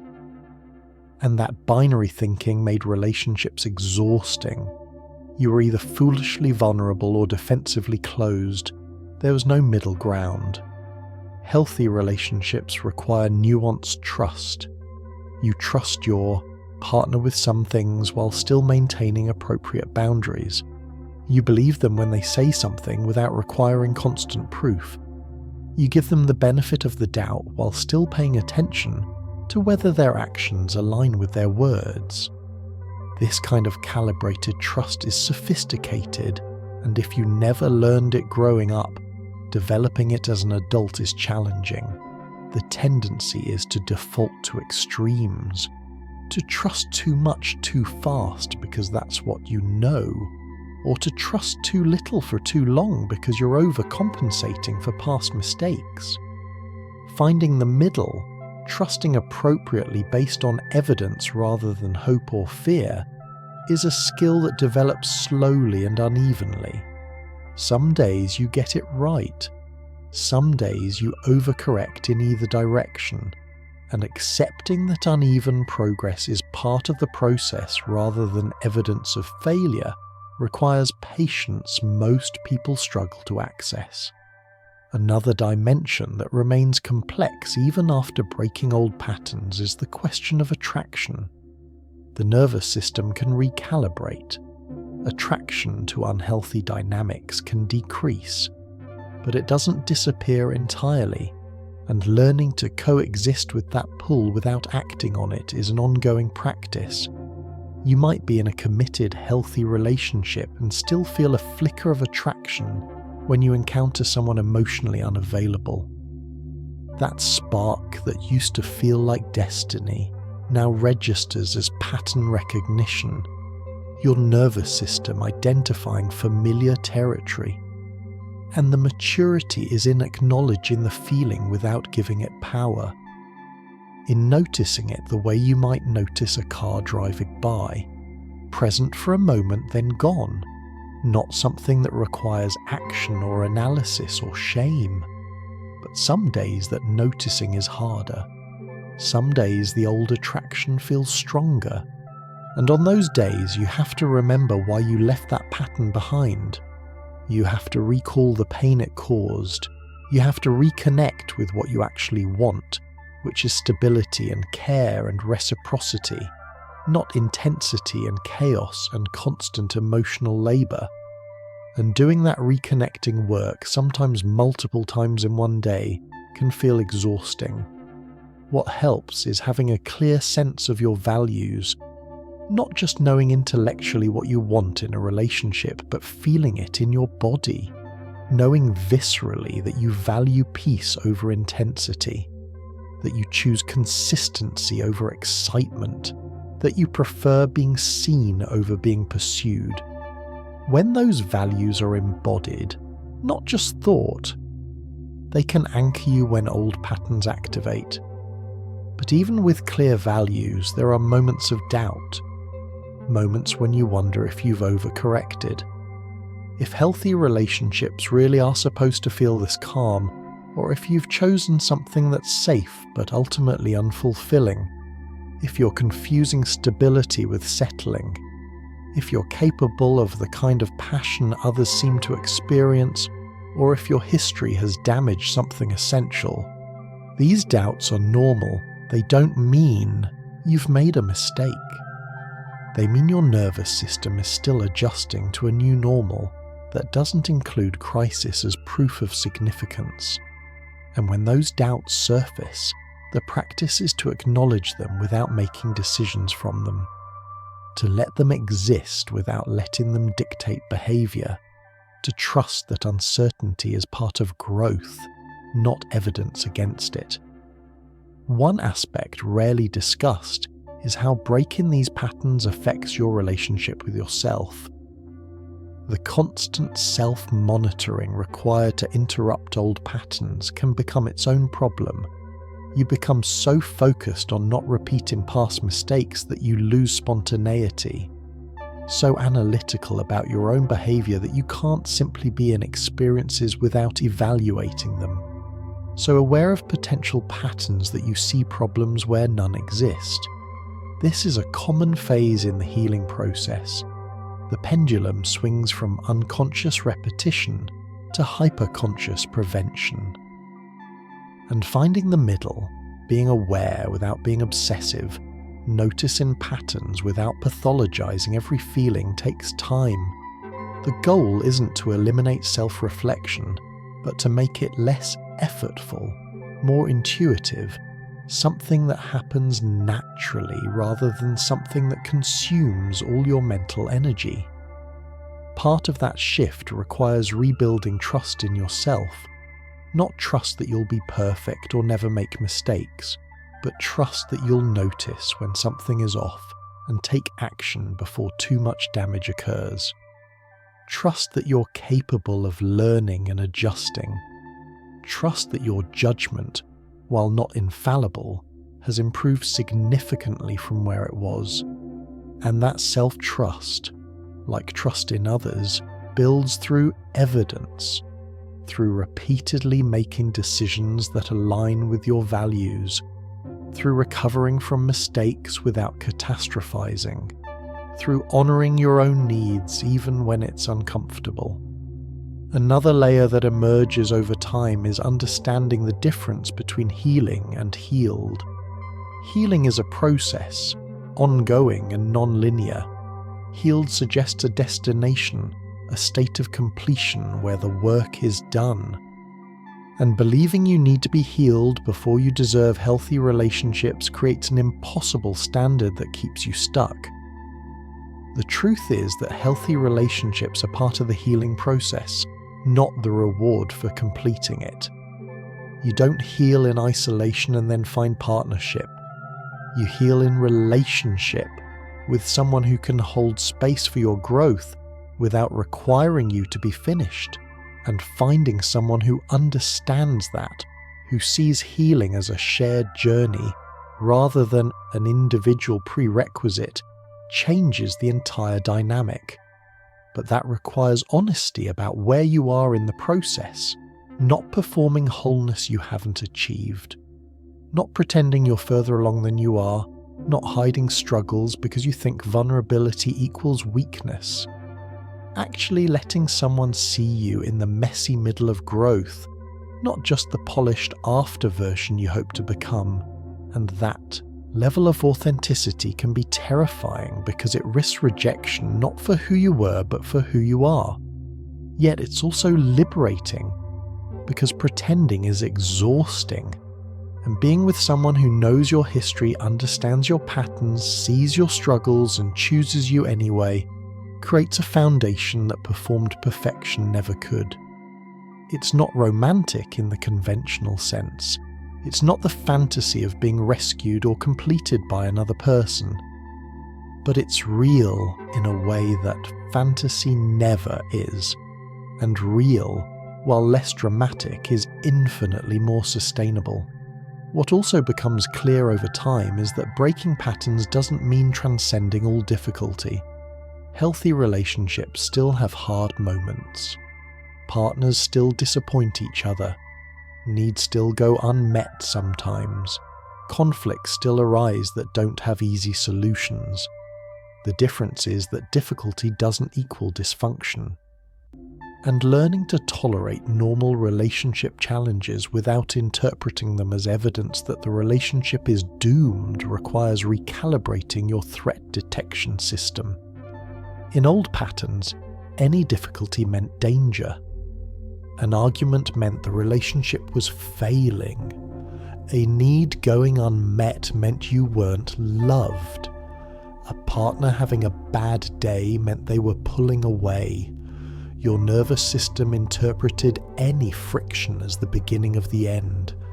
So you either tried to prevent all difficulty by being perfect, or you created so much difficulty that normal challenges got lost in the chaos. But healthy relationships include difficulty. Partners have bad days, needs conflict, misunderstandings happen.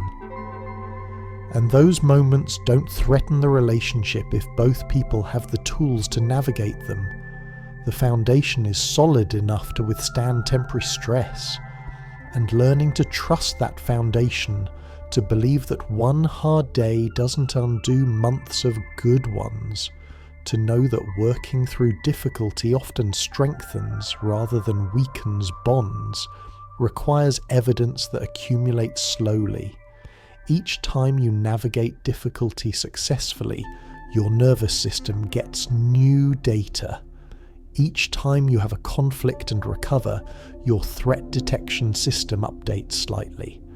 Each time a partner shows up for you during hard moments, your capacity to trust deepens incrementally. And over time, those small data points create a new baseline. Difficulty stops feeling catastrophic. It becomes something manageable, even expected, part of the texture of real relationship, rather than proof that something is fundamentally wrong. Another dimension worth exploring is how breaking these patterns affects your extended relationships, not just romantic ones. The awareness you develop about attachment and patterns doesn't stay contained to romantic partnerships. It begins to inform how you understand all your relationships, friendships, family dynamics, work relationships. And suddenly you're seeing patterns everywhere. You notice how certain friends only reach out when they need something, how family gatherings activate old roles you've outgrown, how workplace dynamics mirror childhood patterns. And that noticing can be overwhelming because you realize how pervasive these patterns are. How much of human relating is unconscious repetition rather than conscious choice. Some people respond to this awareness by pulling back from most relationships, focusing only on the few that feel healthy and reciprocal.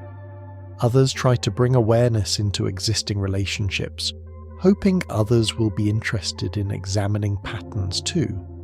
And sometimes they are. Sometimes friends are grateful to have these conversations. Sometimes family members are willing to try relating differently, but often they're not. And navigating the disappointment when people aren't where you are, when they're not interested in the work you found so transformative, requires accepting that growth is individual even when its effects are relational. You can't make anyone else examine their patterns. You can't force awareness on people who aren't ready for it, and trying to do so often creates resentment on both sides. So you learn to meet people where they are, to hold your boundaries without requiring they understand them, to maintain relationships that matter without expecting them to transform just because you have. And that acceptance, that letting people be themselves even when you wish they'd grow with you, is its own kind of maturity. What becomes possible, though, is choosing new relationships more consciously, making friends who are also doing this work, finding communities where awareness is valued, building connections based on who you're becoming rather than who you were.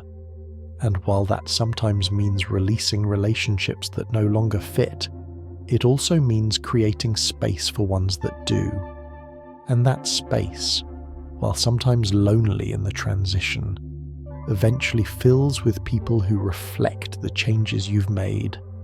There's also the question of what to do with the shame that lingers even after significant change. Shame about time wasted in wrong relationships. Shame about mistakes made. Shame about wounds passed on to others before you knew better. That shame doesn't always resolve just because you understand its origins or because you've changed your behaviour. Sometimes it persists, a background hum of self-judgment that surfaces during vulnerable moments. The work with shame is different from the work with patterns. You can interrupt patterns. You can't interrupt shame the same way. You have to metabolize it, sit with it, let it move through you without trying to fix or eliminate it. And gradually, with enough compassion, shame transforms into something less toxic. Not pride exactly, but perhaps acceptance. An acknowledgement that you did the best you could with what you knew at the time. And while that best wasn't always good, it doesn't define your worth or determine your future. Some people find therapy essential for this shame work. Others find it through spiritual practices, through supportive friendships, through creative expression. The path matters less than the commitment to facing shame rather than avoiding it. Because shame that's avoided grows in the dark. Shame that's acknowledged and processed eventually loses its grip. Not completely, but enough that it stops running your life. Another element that deserves attention is the role of self-compassion in sustaining change. The work of breaking patterns is hard enough. Doing it while berating yourself for not progressing faster makes it exponentially harder. And many people who've grown up in critical environments default to harsh self-judgment, believing that being hard on themselves will motivate change. But research consistently shows the opposite. Self-criticism activates shame and defensiveness, which shuts down the capacity for change. Self-compassion, acknowledging difficulty while maintaining kindness toward yourself, actually facilitates growth. Learning self-compassion when you've never experienced it is like learning a foreign language as an adult. It feels unnatural. The accent is wrong. You make mistakes constantly. But with practice, it becomes more fluent. You catch yourself in moments of harsh self-judgment and consciously reframe. You speak to yourself the way you'd speak to a friend going through the same thing. You acknowledge your suffering without amplifying it. And slowly, that kinder internal voice becomes more automatic. What helps is recognizing that the critical voice isn't yours originally. It's an internalized version of voices from your past. Parents, teachers, partners who criticized rather than supported. And recognizing that those voices don't belong to you, that you're allowed to develop your own voice that's kinder, creates permission to change your self-talk without feeling like you're betraying something essential about who you are.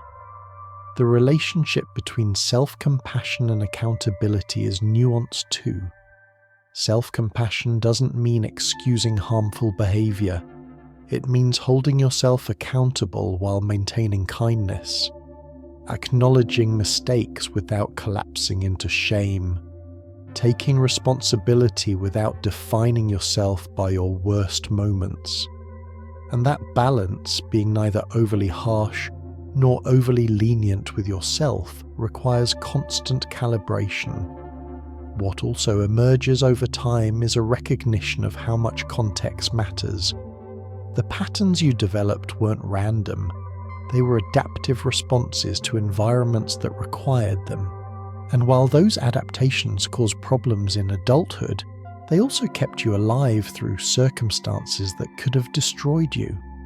And holding that complexity, recognizing that the same patterns that hurt you also protected you, creates a more complete understanding of your history. This doesn't mean romanticizing dysfunction or excusing harm done by others.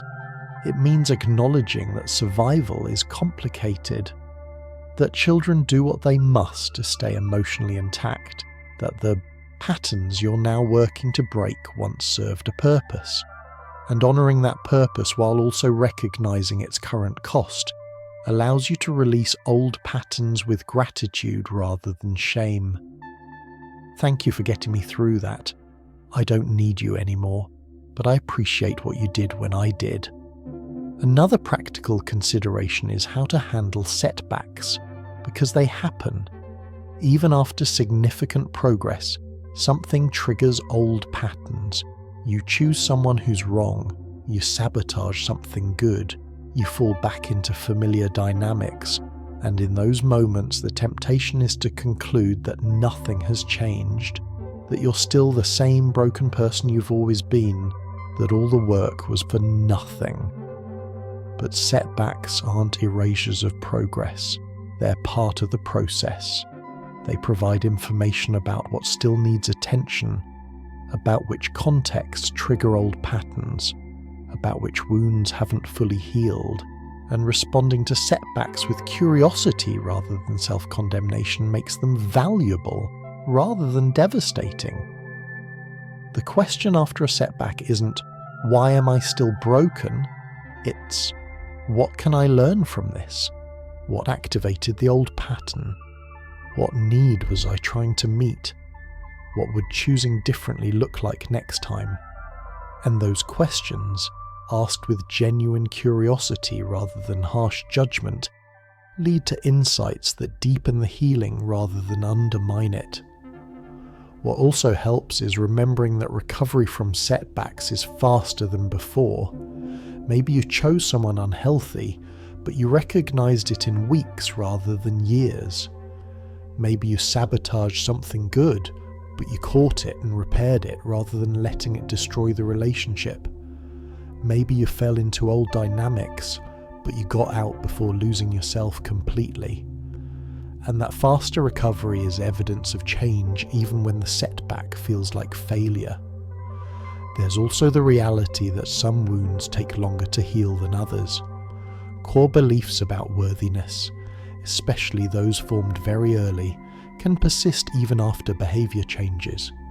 You can be choosing healthy partners, communicating directly, handling conflict well, and still have moments where the belief "I'm not lovable" surfaces with startling intensity. And those moments can feel like evidence that the deeper work hasn't happened, that you're only changing surface behaviours while the core remains broken. But behavioural change often precedes internal change. You act differently long before you fully believe you deserve to. And that gap between how you behave and how you feel about yourself slowly closes through accumulated evidence. Each time you're chosen by someone healthy, each time you set a boundary and the relationship survives, each time you show vulnerability and receive care, those experiences gradually rewrite core beliefs, not through insight but through repetition. And accepting that core beliefs change slowly, that you might be living a fundamentally different life while still carrying old. Voices that say you don't deserve it is part of the work. You don't wait until the voices disappear to build the life you want. You build the life and trust that eventually the voices will quiet, and if they never fully disappear, you learn to acknowledge them without obeying them, to hear the old message you're not enough while simultaneously living as if you are. And that paradox, holding old beliefs while acting against them, is often how lasting change happens. Another layer worth examining is how these patterns intersect with other forms of identity and experience. The patterns of choosing wrong partners don't exist in isolation. They interact with gender socialization, cultural background, socioeconomic context, experiences of discrimination or marginalization. And understanding those intersections adds complexity to the work.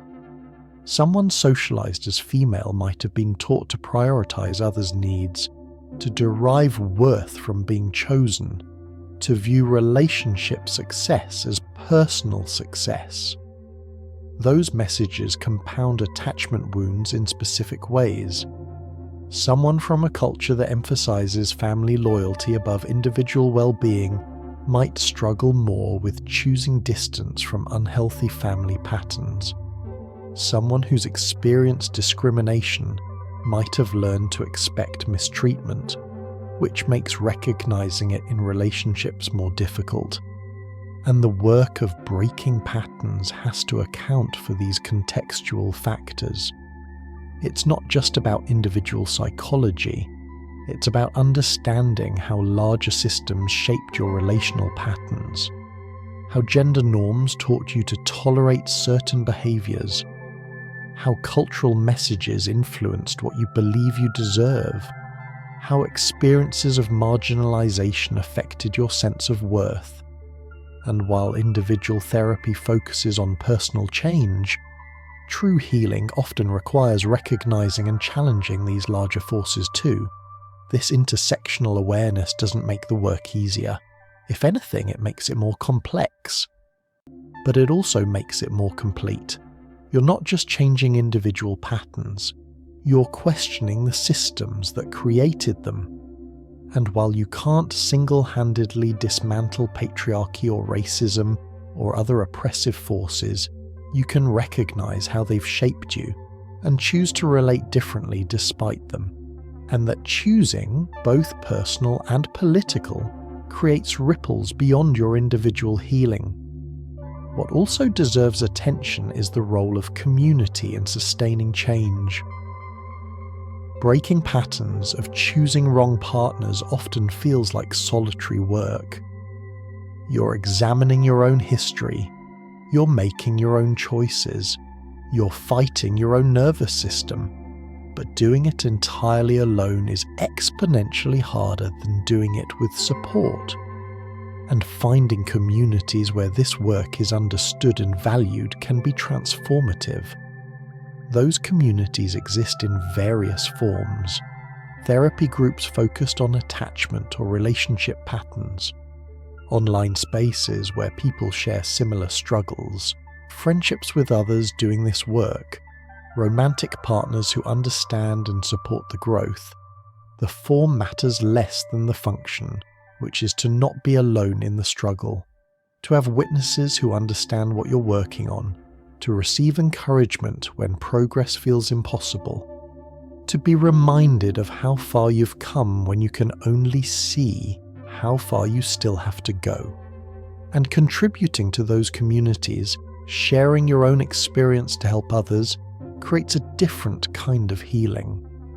Your struggle gains meaning when it helps someone else understand theirs. Your progress gives others hope. Your honesty about difficulty normalizes the challenge. And that reciprocity, receiving support while offering it, creates a web of connection that stands in stark contrast to the isolation most people feel while trapped in unhealthy patterns. Another dimension rarely discussed is what happens when both partners in a relationship are doing this work, when both people are breaking patterns of choosing wrong partners, when both are working to develop secure attachment, when both are committed to relating differently than they learned. Those relationships have unique potential, but also unique challenges. The potential is obvious. Two people who understand the work, who can communicate about triggers and patterns, who hold space for each other's growth, who don't take setbacks personally, who recognize when old patterns activate and can work through them together. That kind of mutual understanding creates safety that's hard to find otherwise. But the challenges are significant too. Two people healing simultaneously means both are inconsistent. Both have moments of activation. Both are learning and sometimes getting it wrong. And when one person is triggered, it can trigger the other, creating a cascade where both people are activated simultaneously, with neither able to be the stable one who helps regulate. And navigating those moments requires skills that take time to develop.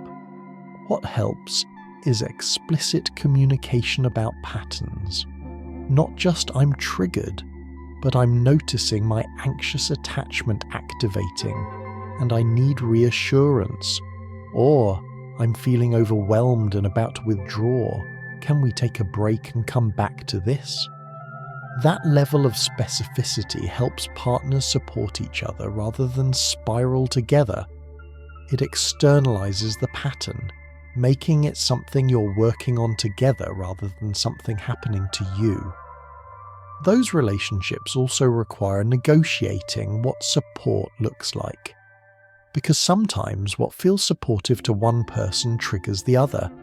Someone needs closeness to regulate, the other needs space. Someone wants to process verbally, the other needs to think before talking. And finding compromises that honour both people's needs without anyone abandoning themselves requires ongoing negotiation and creativity. But when it works, when both people can show up imperfectly and stay committed to growth, those relationships become laboratories for healing. Each conflict that resolves successfully provides evidence that difficulty doesn't equal disaster. Each vulnerable moment that's received well builds trust. Each time patterns are interrupted together reinforces new ways of relating. And over time, the relationship becomes proof that secure attachment is possible, not just theoretical. There's also the question of what happens when you've done extensive work and your partner hasn't. When you've broken your patterns, but they're still operating from theirs.